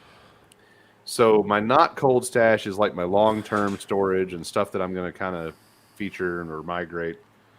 That's where the Gavel Slammer came from. And then I dug into the 2 6-packs I brought back from Three Floyds.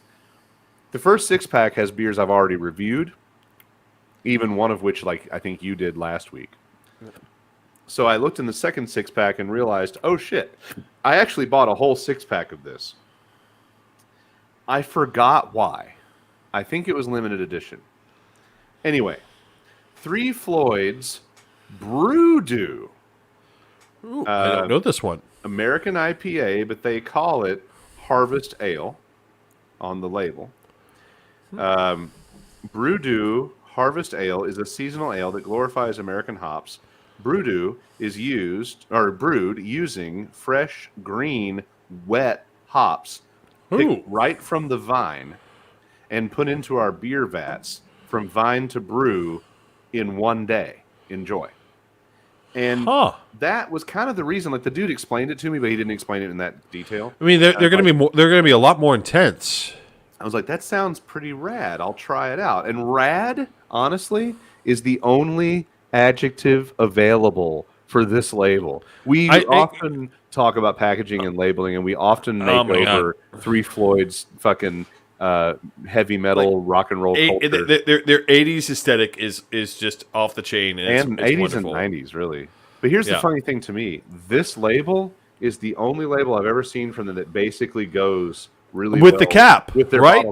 Yeah, because the cap is the same all the time. It's always that lime green and pink cap, and that label actually Yeah. matches it. It's nice. So Brewdo, which I really like, I didn't know because it was a little bit of a whiplash transition. Like, let's face it, going from your 17% dark as fuck monumental dark ale from Hop and Frog to a 7% Three Floyds American IPA. That's a little bit of a whiplash transition. It's going backward in the order that you would normally pursue a flight, light to dark. So I wasn't sure, but I've been sipping on it slowly as we proceed through. And now I'm gonna take a real swig of this fucker.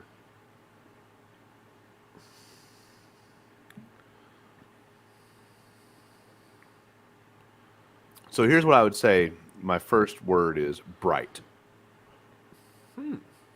It is. It's not usual for Three Floyds. Bright is not normally where they go. Right. You can really feel the greenness. Like they say that, fresh hops, straight from vine to bottle. It's not as impactful as you might think. It's a decent slamming beer. You can tell that it's there. The IPA character is there, but it's not dank by any stretch of the imagination. Which honestly, I appreciate. I figured that would be the case because when like you're gonna have like a cleaner, more herby hop flavor from taking it straight from the vine. It's not going to be like a 7 Idaho or a someone taking sackfuls of Cascadia and shoving it into an IPA. Yeah. It's going to be, but I imagine it's got a cleaner flavor maybe. It does. Yep. And it says apricot in color, which I guess is accurate. Well, it'll be a little bit polluted, but I am curious to see. Oh yeah. Yep, that checks out. That tasted a little weird, but the nose has dominant orange, pine sap, and floral notes. Yes. I don't know. I don't pick up the orange. I get the pine sap and floral, but I'm still struggling with some nose bullshit from like a week ago. I mean, I'm gonna be honest. Orange is one of those flavors that actually, and I don't support usually including it in the flavor profile of anything, unless you've actually added orange, because it's gonna be a more subdued flavor And underneath other citrus flavors. Yeah. It's the same thing with berries and chocolate, right? People always like to say like, "Oh, I have chocolate and leather and berries," just like with that Den Haag, right? I had to really dig deep, and I did finally taste like the berry note and the leather note. But when you've got that chocolate note in it, it's going to beat up everything else in the flavor profile, and you're just getting hints of it later on. So I'm going to say the orange part is subjective. There's a rind. I get a citrus rind kind of vibe, but I wouldn't say it's orange. It's just generic citrus rind to me. Yeah. But again, this has been Well, no, I mean, but again, orange is not a big, bold citrus flavor. It gets beat up a lot by everything else. So it says glazed nut. Not getting that. Toffee malt body. I would say malt body comes through. Toffee not so much. Celebration of the hop harvest has intense tropical fruit. I'll give it that. Citrus, yes, and spicy accents that showcase the complexity of the hops we all love. That last part is a very accurate description of this beer. I forgot I bought it. I was told by the guys at the brewery when I passed through and picked it up that this was a short term, that I definitely want to get some while I can. And they briefly described it. I was like, oh, okay, that's different. That's new. All right, I'll do that. And now I'm really damn glad that I have now 5 of them sitting in my basement. Mm-hmm. And they may not be able to be easily obtained anymore. And I really like this beer. I didn't know how it would land, but I kind of want to get them all in the fridge so that they're on hand and I can just grab one. So I decided to take because Reds had it on tap. I decided to go grab it, and this was one of the top 5 rated beers in America on Untappd this year. This is the Hop Slam. I've actually been sipping on I started sipping on this at the beginning, and I'm back to sipping on it again. Yeah, for those that saw our New Year show, we ran down the Untappd top 10. This was in the top 5. The I gotta very be honest. hoppy, very IPA dominated top 10, by the way. Yeah. Which honestly disappointed me somewhat. But um, so here's what I gotta say about this. It's not. It is an IPA, I think. Here's my problem with this beer. The only problem I have with this beer is this.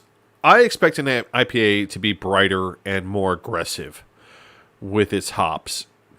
This is, I feel like because they wanted to make an imperial, it ended up, when you add more alcohol in this instance, and I know I'm normally the guy who keeps on saying, let the yeast do its job, let it make more alcohol, let it do its job. Yep. You have to know that there's a limit, right? When the yeast is crushing the flavor of your beer, right? I feel like we passed that a little bit on this, just a hair. That's probably a fair statement. I've had that beer quite a few times. It is something that you can pick up at Aldi. Yeah. I think you could pick it up at Aldi even in Tennessee. I could be wrong. Probably.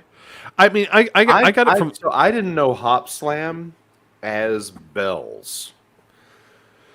I just saw Hop Slam in Aldi. They don't brand it, and they don't brand it the same way as they do the rest of their stuff, like Two Hearted or anything else. Branding is Hop Slam Ale, and then way down at the bottom, brewed and bottled by Bell's Brewery Inc. And for those of you who've ever had their Two Hearted, like their Two Hearted Ale is big on hop flavor. It's big on it's big on citrus note. It's big on hop. Yeah, it's an IPA. This is. I would put this more in the category of a pale ale. Here's the analogy I would make for you, having had that beer a lot. Uh-huh. I would propose that my analogy, and I don't mean this to take anything away from, like I would choose this beer 1,000 times over the beers I'm about to talk about, but I feel like this is like the Bud or the Heineken approach of, hey, let's hammer out a double IPA, mass market, and keep hammering that motherfucker out. Yeah, I mean, and people will buy it, and they'll like it enough. Which is surprising because this is 11 commoditized DIPA. Yeah, this is 11% alcohol. It's high on alcohol, but even as someone who's normally a big proponent of let the yeast do its job, I feel like they let. There's a point at which you have to look at it and say, okay, the yeast has done its job.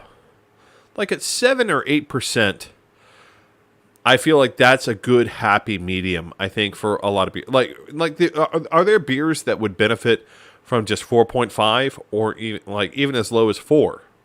Yeah. Yes, there are. I think, and normally the reason I complain is because the yeast has not, from my perspective, the yeast has not had enough time to fully mature the flavor of the beer. Yeah. Once you hit about 7 or 8%, however, the problem that you run into is that you have to think about your yeast. Because here's the thing. Alcohol is an antiseptic. Yeast is a fungus. Yeast will drown in its own shit. Literally. It will drown in its own shit, and you end up with something like, for instance, the whole problem with American Berliner Weiss. What right? The problem with American Berliner Weiss is that Americans don't understand how to make a Berliner Weiss that doesn't drown in its own shit. Mm-hmm. And that's the reason why American Berliner Weiss is constantly fruited all the hell. And if you go to Germany and you order a Berliner Weiss, it tastes like a slightly more complex Pilsner. That's right. Yeah. Because we can't figure out how to not have the Berliner Weiss yeast drown in its own shit. This is a situation in which I feel like they used the yeast as far as it would go to create 11%, which, granted, if you're going for bro territory, like, hey, I want to get smashed up tonight, let's grab some hop slams. Yeah, right. And I think that really might be part of it. It's It's an option. It's affordable. It's an IPA. It's all the IPA that you could take to the frat house and sit down with the boys and either A, play some Madden, or B, have some consensuality sketchy sex with the chick that came over. Like I feel like that's maybe the market. I'm Yeah, not I trying to mean make it unsophisticated. I'm not trying to insult it, but I think that's the deal. Like like the I'm not getting a big hop flavor. I'm actually what I'm getting from this is a bigger malt flavor, and I feel like the only reason I'm getting that malt flavor is because the citrus has been destroyed. The sugar, because again, yeast eats sugar, right? And that citrus sugar in there, sugar, shit, alcohol. is been destroyed by the yeast. And again, like it's a challenge for a brewer. Like you have to come to a point where you're like, okay, time to decant this and put it into rest. Right? It's time to take this beer and be like, okay, yeast, you've done your job. We've gotten to 7, 8, 9%.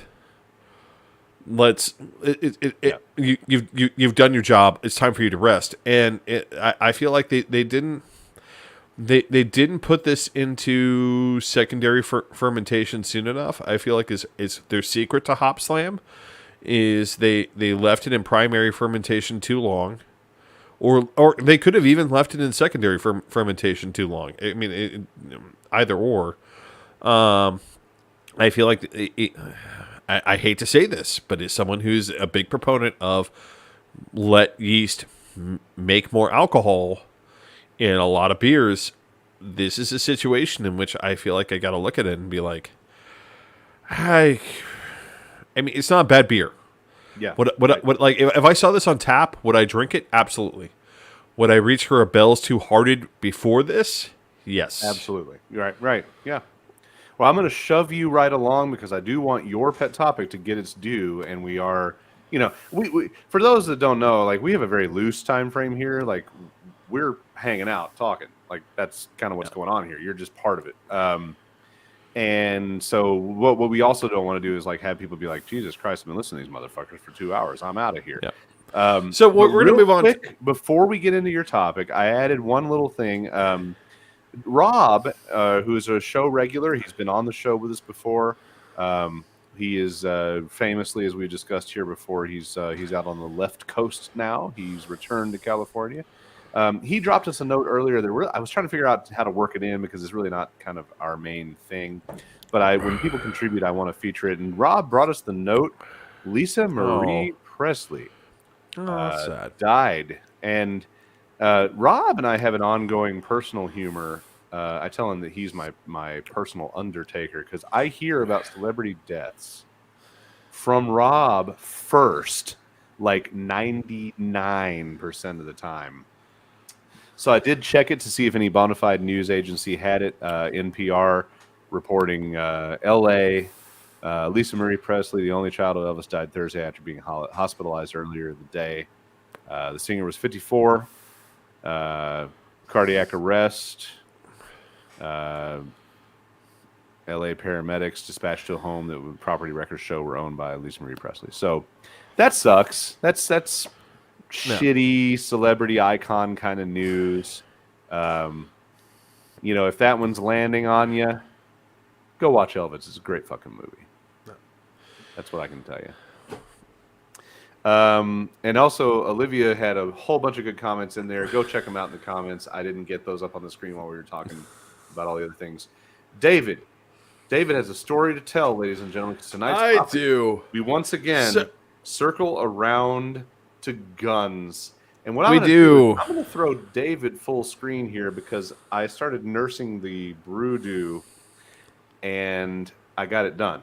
And while David trudges through this so uplifting topic of firearms, which he has recently had an extremely personal experience with, I'm going to throw him up on screen, and I'm going to grab one more. Normally not something I do. I'm going to grab one more while we tell the story.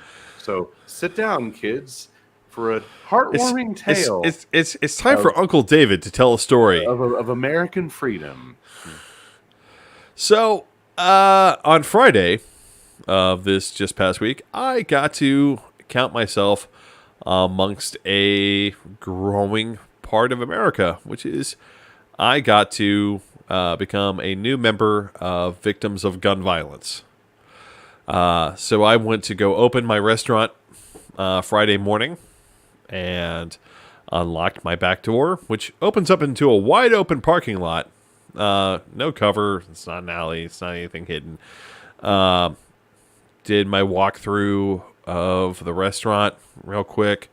Made sure no one had, shit on the floor and night crew hadn't done anything about it or anything like that.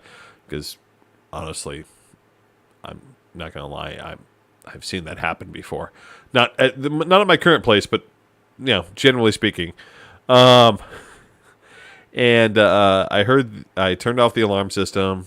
Was doing my walkthrough, heard the back door chime, figured it was the prep crew for making parts of food that people are going to eat for the rest of the day, like ingredients, putting them together. Heard the back door chime, figured they were showing up a little bit early, which they tend to do when they are angling for extra hours, right? Because I'm not like they're not supposed to come on for another 45, 50 minutes, but they'll show up early and be like, "What are you going to do? You going to send me home?" No, I'm not going to send you home. So I heard the back door chime, and I popped around to the back of the kitchen and saw a guy. And my first immediate thought was, oh, it's a delivery guy, because again, 9:00.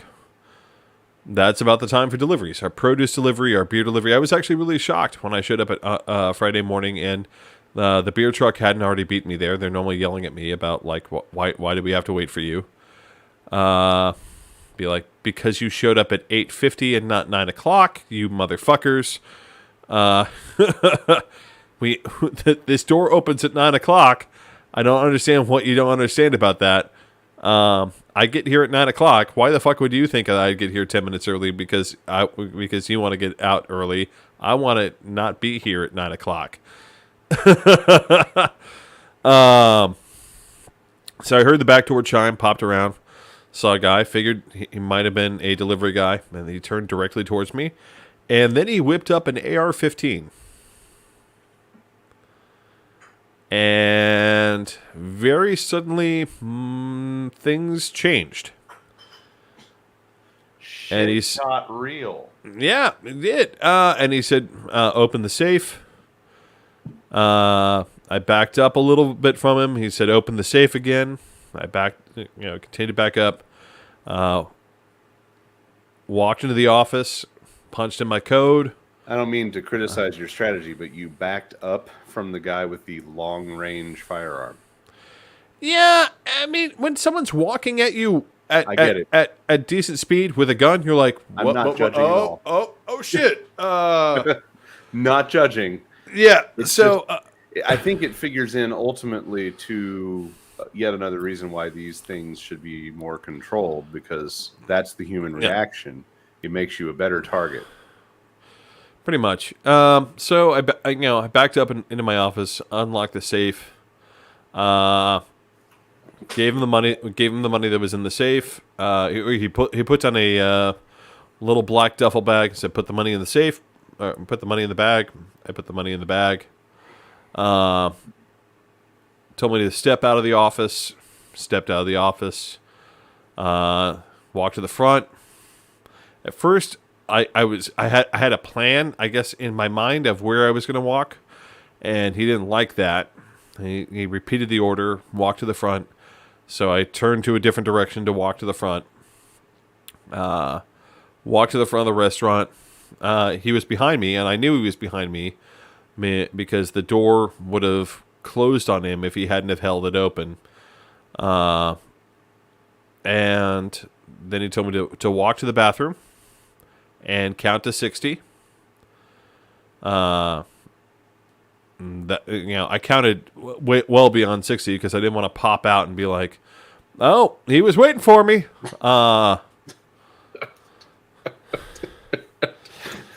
58, 59, 60. Okay, I'm back. Right? I definitely didn't want to have that moment. Plus, you're also in a hyper situation, so you're probably thinking, I'm going to count too fast anyway. Yeah, well, no, that is exactly what went through my mind. I counted to like 500 or something, and then I walked out, and he'd had me put down my cell phone because I'd been texting my the rest of my fellow managers, literally just previous about the fact that the CO2 tank was empty again. So, for those of you who've never tried to get CO2 on the fly, or as like rapidly in the restaurant industry, it's a chore. You have to really ride herd on them to be like, please send the truck with the poisonous gas that pushes out my beer and soda. Like right now. Yeah, please, right now, please send it. So I had my phone in my hand. He made me put my phone down while I was in the office. So I walked up to my bar phone, which I also got to later, I guess, in a moment of sort of strange introspection, be like, to my bartenders, be like, you need to clean your phone because trying to press the 1 on that phone was really hard. And I needed it twice. Right? I really did. Shit. Walked up to my bar phone, dialed 911, and got the cops out there. For one of the jobs that we actually endorsed them doing, to be right. completely fair. But I mean, one of the things that struck me was, and even the cops were like, because it was an AR-15. Yeah. And I knew it was an AR-15 because I've seen long guns before. It had a high capacity magazine on it. It had all the military rails on it. The only thing it didn't have was like a cool ass, optics on the top. Right. This was not designed to be a home defense weapon. This was designed to be a weapon of war. I mean, like, and I want to point out that if he had shot me with that gun, because there was a definite moment of after I gave him the money, and I was walking out, and he was walking me out to the front. I'm like, if he didn't want witnesses, this is the time I should get shot right now. Right? He wouldn't have shot me before because he needed me to open the safe. But now I've opened the safe. I've given him the money, and now if he wanted to shoot me, he could shoot me right now. He has what he wanted. There was a very clear moment of this could very well be it. Like this could be the end of David. As he's walking me out to the front. Did he ever tell you not to look at him or some shit, or what? No, was he wearing? I mean, I wasn't so my eyes. What was as he wearing? walked, Though? Did he have a mask or? Yeah, he had a mask on. Okay. And my eyes immediately went. I'm weirdly curious about these bizarre. Like what kind of a ski mask or just like a. Like a COVID mask? He had almost like a COVID mask on. Like he had something that I think obviously wrapped around his face, but covered. Oh, it was from one here of those to here. Buffs or something. Yeah, he wasn't wearing a balaclava. He had a hat on, but he had almost like a runner's mask on. Redneck white dude or other? No, black guy. It was a black guy. But thanks, Olivia. We are glad that you're glad, yeah. And we are also glad that wasn't the end of David. Exactly. But I mean, my eyes didn't go towards him. My eyes immediately went towards the gun because once he lifted it up, because I'd see, they told me like, oh, we don't know if from the security camera footage if he was walking around the place. I saw him walking along the side of the building before I pulled up, and I made a mental note to myself because I'm like, I don't normally see pedestrians at this hour of the day. Well, it's a weird time of day to give a shit about that space. Right. I mean, it was sort of like, Out back? It was along the side of the building, so that's why I noted it, because I'm like, there's There's a nothing street else. there. There's nothing else to this, like going down that route, unless you're going to the ice rink. Right. That's a block and a half, Yeah. like all the way across the parking lot So, to the ice rink on the other side of the parking lot. did you get a professional crime vibe or a desperate for money vibe?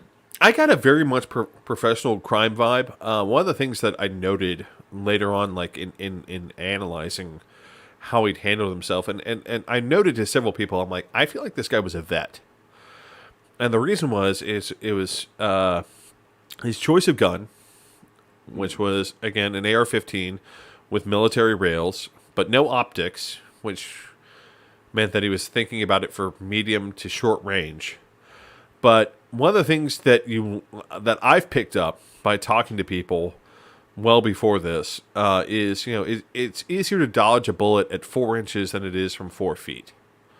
And what that means is when someone puts a gun directly to you, right, all you have to do is move that way, right?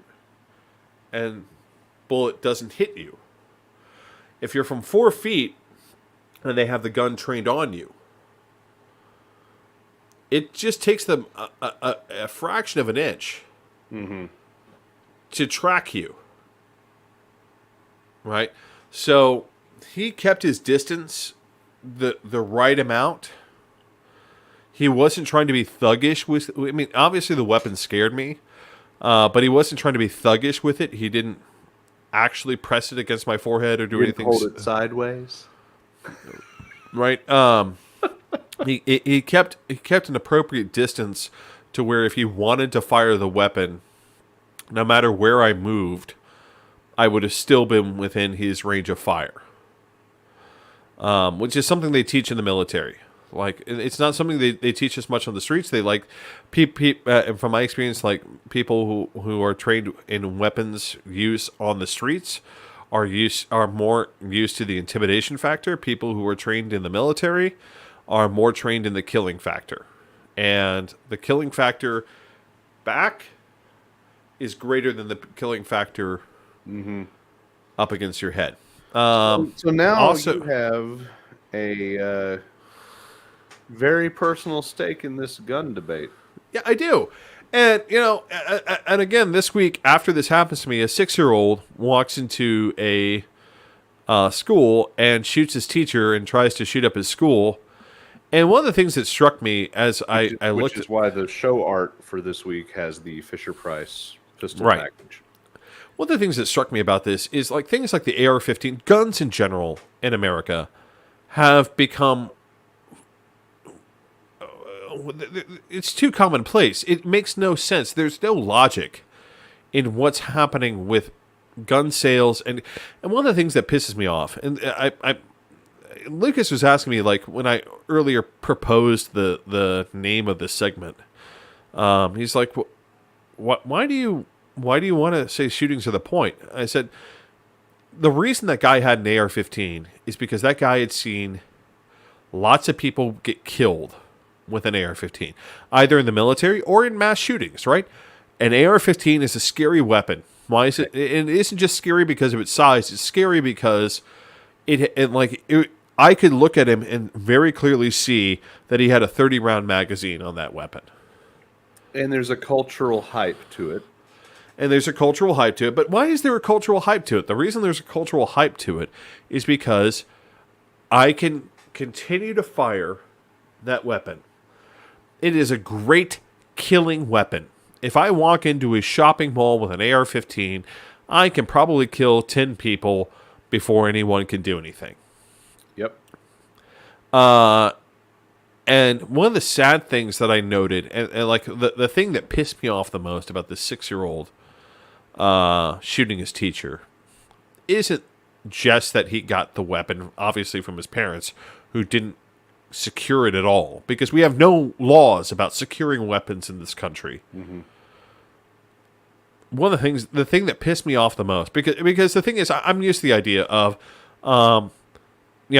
dad doesn't secure his weapon and kid dies or kid kills someone. We're over that hill. That hill has been crested, and we're already well past Kid that. kills another kid at home is what we've commonly assumed was the Or end kid of that kills journey. himself, or kid, whatever. Right. Because parent didn't secure the weapon. Hell, Sandy Hook is entirely because like one of the worst mass shootings in U.S. history is entirely because we're not going to secure weapons. Here in Nashville, the Waffle House shooting was because this kid was not supposed to have access. This guy, he wasn't a kid at that point, was not supposed to have access to weapons. Yet his parents didn't secure their weapons, and he walked into a Waffle House and started blasting. Yep. And the thing that pissed me off was not his parents' refusal to secure the weapon. We're past that. No one cares. The Second Amendment folks don't care about securing weapons. They don't care about any of that. I care in that his parents or parent or whatever the fuck the situation is should be in jail right now. Oh no, they should. But the thing that pisses me off is this: the makers of that handgun are going to go back out to the market, and I guarantee you, either they or someone who makes a clone of that gun, of which there are many manufacturers make clones of each other's guns. The sales pitch is going to be this: so easy a 6-year-old could use it. That's going to be a sales pitch. After the El Paso shooting, sales of AR-15s went up. After the Las Vegas shooting, sales of bump stocks and AR-15s went up. And one of the things that pisses me off about the way gun culture has evolved in the United States is that you'd think that a horrible, violent death by a criminal would make someone evaluate their relationship with firearms. But not to the Second Amendment crowd. No. Nope. It's now more popular. That guy could have helped me up with a pistol. And I'll be honest, being shot with a pistol is probably a very bad fucking thing. Being shot with an AR-15 is an entirely, like, that would have been a death sentence. If he'd shot me in the back with that AR-15, I would be dead. The prep crew that finally did show up about 5 minutes later after this guy bolted would have found my corpse in the kitchen right there. If he'd shot me with a pistol, I would have had a decent chance of making it to a hospital and living. But what and I want to point this out. It isn't anything other than it excites them. They like Let me like flip the that script idea. real quick on that because I often have this. I'm going to give you the floor for just a second. Okay. I often have this argument. David points out the difference between probably getting offed right there in the restaurant with the AR-15 versus making it to the hospital with the handgun. To flip the script on that, all these people that are arguing, like, my personal safety, I have to defend my property. There's a taker around every corner that wants to kill me and my family and take all the stuff that I have because I have more than them, and they are shitty people and they're brown. All those fucking assholes. But my argument to them is, yeah, you could protect yourself with a handgun. Because at the end of the day, the goal is your safety, not the death of the other guy. Well, it should be in a reasonable society where people are actually, doing the thing that they say they're doing, trying to protect themselves and their own people. That should be the goal is, hey, look, I just popped you in the ass. Why don't you leave now? As opposed to, I just blew your spinal column through the next door neighbor's house. Fuck you. No. And so these people, they act like, oh, it's for protection. It's for me to take care of my own. But if that was really the goal, then all you would care about to flip that script is to get a motherfucker to leave you alone to make them run off to the hospital as opposed to splattering them off of the pavement. And then there's the whole angle of, I've got this so I can defend my family when Uncle Sam finally comes for me. First of all, nobody gives a fuck about you, Cletus. No one cares or knows your name. And if you think that you're defending your trailer from the roof with your AR, we've got a few black helicopters that would love to have a word with you sometime after they turn you, your family, and your goddamn redneck fucking utopia into ash. So kiss an ass and bugger off. So basically, I always default to this idea that in America we should only allow handguns and only in certain very limited circumstances that we vet very thoroughly. Now, my caveat there, David, and you and I have argued about this. At the end of the day, I don't know if I give a fuck what Cletus has on his property, so he can go blow up, fucking tannerite or cans or whatever the fuck it is he does. So I love the video. Fantasy and have his big patriot boner and talk about how he's going to defend his homeland. There's some recent video or semi-recent video of. So one of the things, by the way, if Cletus ever watches this, you've got to put a flare next to the can of propane when you're shooting it. Because here's what happens when you don't put a flare next to the can of propane when you're shooting it.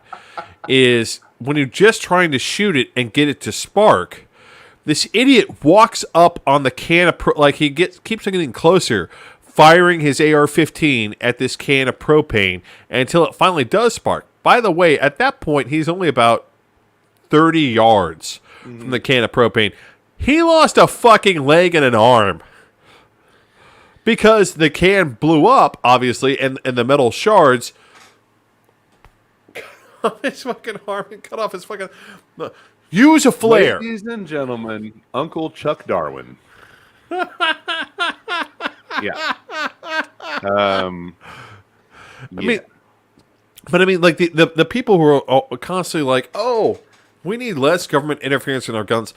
Let me be very clear. And one of the things that's scared us further is that yesterday, or day before yesterday, it looks like possibly the same guy, or maybe not, hit a gas station down the street. Oh. It's obvious that there's maybe someone or something or a crew is working my neck of the woods with guns. And here's the thing. I have nothing against, and I've said this every single time. If you want to own a shotgun for your own personal defense, fine. If you want to own a pistol up to a certain point, that's fine. If you want to own a 30-round Glock 9 that you've rigged for auto fire, you're a fucking asshole. And you need to get, seriously, fucked in the ass with a giant lava lamp. And I want it to break off in your ass. I want the glass shards. With active paraffin. With active, right? I want the glass shards and the active paraffin. I want you to feel all that right on the rectum, dude. I'm sorry. There's no point in this. I lived with a gun dealer, and one of the his gun of choice was what's called a Makarov. And one of the cool things about a Makarov is Makarov has a little tiny bullet. And the cool thing about a Makarov round, and the reason he liked a Makarov as his home defense gun was this: he's like, there were people sleeping in the next room. A Makarov bullet, when it hits drywall, will pancake. Right. A Makarov round, when it hits a person, will also pancake and make it hurt a lot. And possibly kill them because, well, it's pancaking against a person, and that's going to leave a massive wound tract.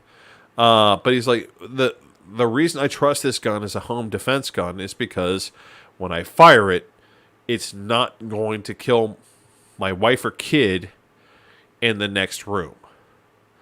And see, that's sensible gun ownership. Right. I can get behind that.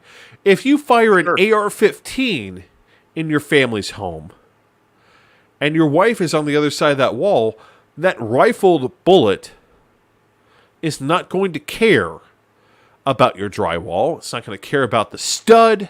It's not going to care about your bed frame. It's not going to care about any of that. It is going to go through your wife or child and at that point leave an epic wound tract that may very well kill them. On a small child, it will kill them. And But it might even make it outside and nail the dog. It might even do that. Oh, wait. You know, Sorry. Hold on. Demographic adjustment. Nail the 16 puppies for the dog you never had fixed. Or the dog fighting trainees that you're keeping in a extremely tight ghetto-ass backyard. I mean, but here's the thing. Like, what and I've talked to people about that. Well, it's my right. Why? Why is this your right? Why do you need this gun? Because are you showing up on the village clause? Are you showing? Very outdated. Told them so. Well, no. It's here's and this is what pisses me off. It's not actually loosely written. It's very clear. There's a controlling clause and a subordinate clause. A well-regulated militia, comma, in law, which we've carried over from the British. That comma means that first part is the controlling clause. A well-regulated militia. Which should mean that either if everyone's part of the militia, then they need to be well-regulated. Or if you aren't part of the militia, you don't get this, right? And we have a militia. It's called the National Guard, right? It's under the command of the state governor. We already have a definition of militias from the beginning of the country. We saw a definition of militias during the Whiskey and Shays Rebellion, right?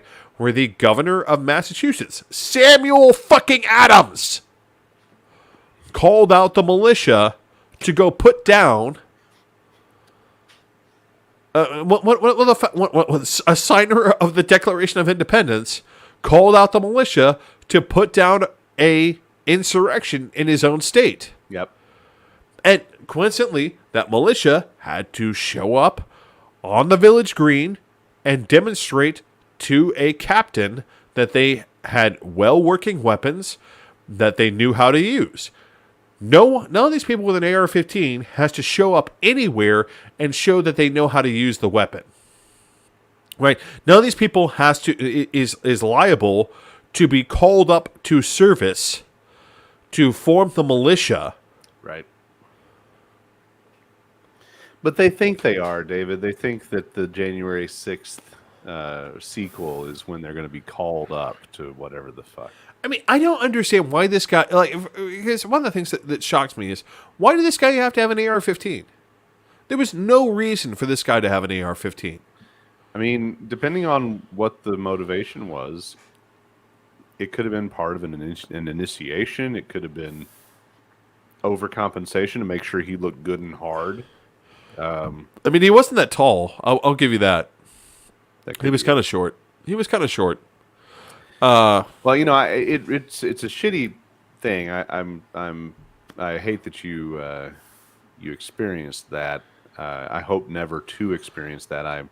I've always hoped that I would be reasonable and just get through it, but I also know that I'm a really dark, angry person in the right context, and if given just a moment's opportunity, I've often found myself descending into the thought process, like, if I had the opportunity. You and I are both very the same, and I'll tell you, once you have the gun pointed at you, nah, Probably dude. not. Probably not. No, I will say this, you know, in a non-lethal situation, I've often thought about exactly how wildly off the rails that I would probably be with people. Like, if anyone ever thinks that I would be honorable, no. If I can get you over a sink and drop your balls into the garbage disposal, that's going to be my solution. I mean, my main thing is, Your Honor, I sexually assaulted and mutilated him because I wanted him to never fucking forget who he punched in the face. Right. And then we have my entire discourses on So the thing that they got wrong with burning people at the stake was they normally died of smoke inhalation before the fire got to them. Here's how you. Here's how you invert that and make it so that they feel the fire the entire time. Right? Yeah. Yeah. But I mean, it's Smart guys with a dark side are the worst possible element, folks. Leave us the fuck alone. But I'll tell you, as someone who's gone through it, I did exactly what he said. Because I'm like, I had no drop on this guy. Like, and here's one of the things that also pisses me off. Like, I've had some casual suggestions, like, well, if you'd had a gun, I'm like, I would have been dead.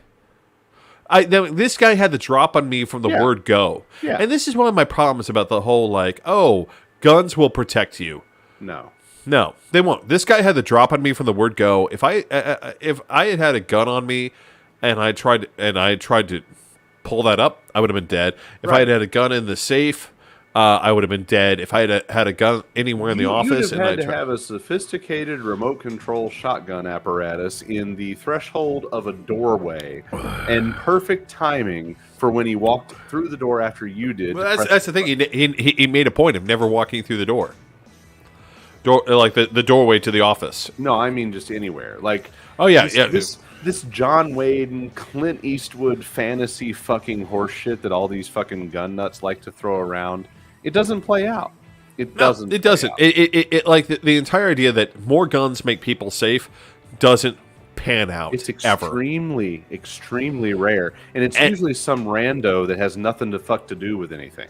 Like that kid in the mall. That one time, that kid in the mall that fucking got lucky and landed the shot and stopped the shooter in the mall.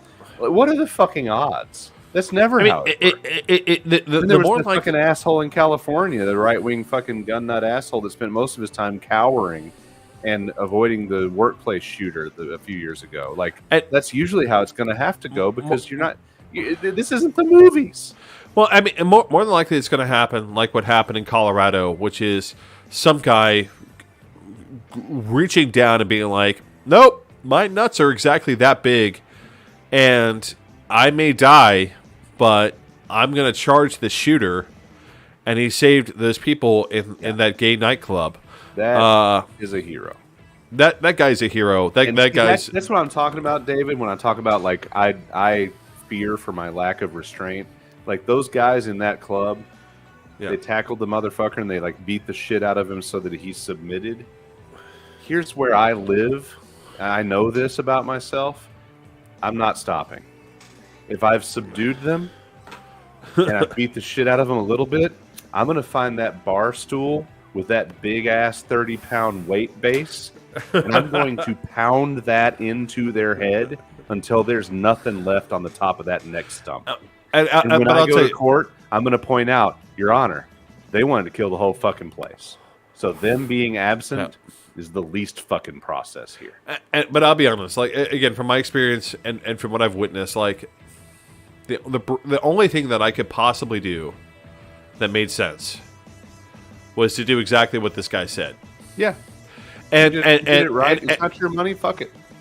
It wasn't my money. And the irony is, of course, he got, like, it was Friday.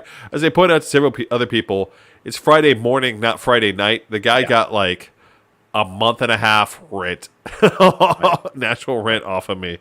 So, and if he waits 3 days, it won't even be a month and a half rent anymore, because Nashville's that fucked up. Yeah.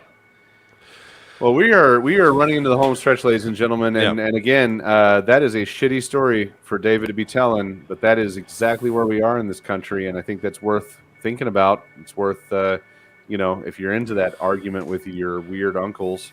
That's a good one for you to relay to people and explain to them exactly where the fuck the reality is when they think they're going to be big bad patriots. But we are now at the point where we're going to finish our beers in private and bullshit with each other and cut the rest of you out of the conversation for a minute. That doesn't mean we don't appreciate you being here. We love you all being here. As usual. Invite your friends. Tell some people, share some shit. Subscribe. One thing we're going to be talking about here in a minute is how to promote this thing and how to spread the word a little bit. If you ever want to take part, let us know. This is a really fun little hobby, And it doesn't have to just be us. There's no money in it, but it's a nice hobby. So we're going to go chit-chat amongst ourselves. Dave is going to smoke a few and drink a few more. And given the circumstances, I'm glad to be able to sit here and watch him do it. Ladies and gentlemen, thanks again. We appreciate it. And as always, we say good night. Good evening. And good luck.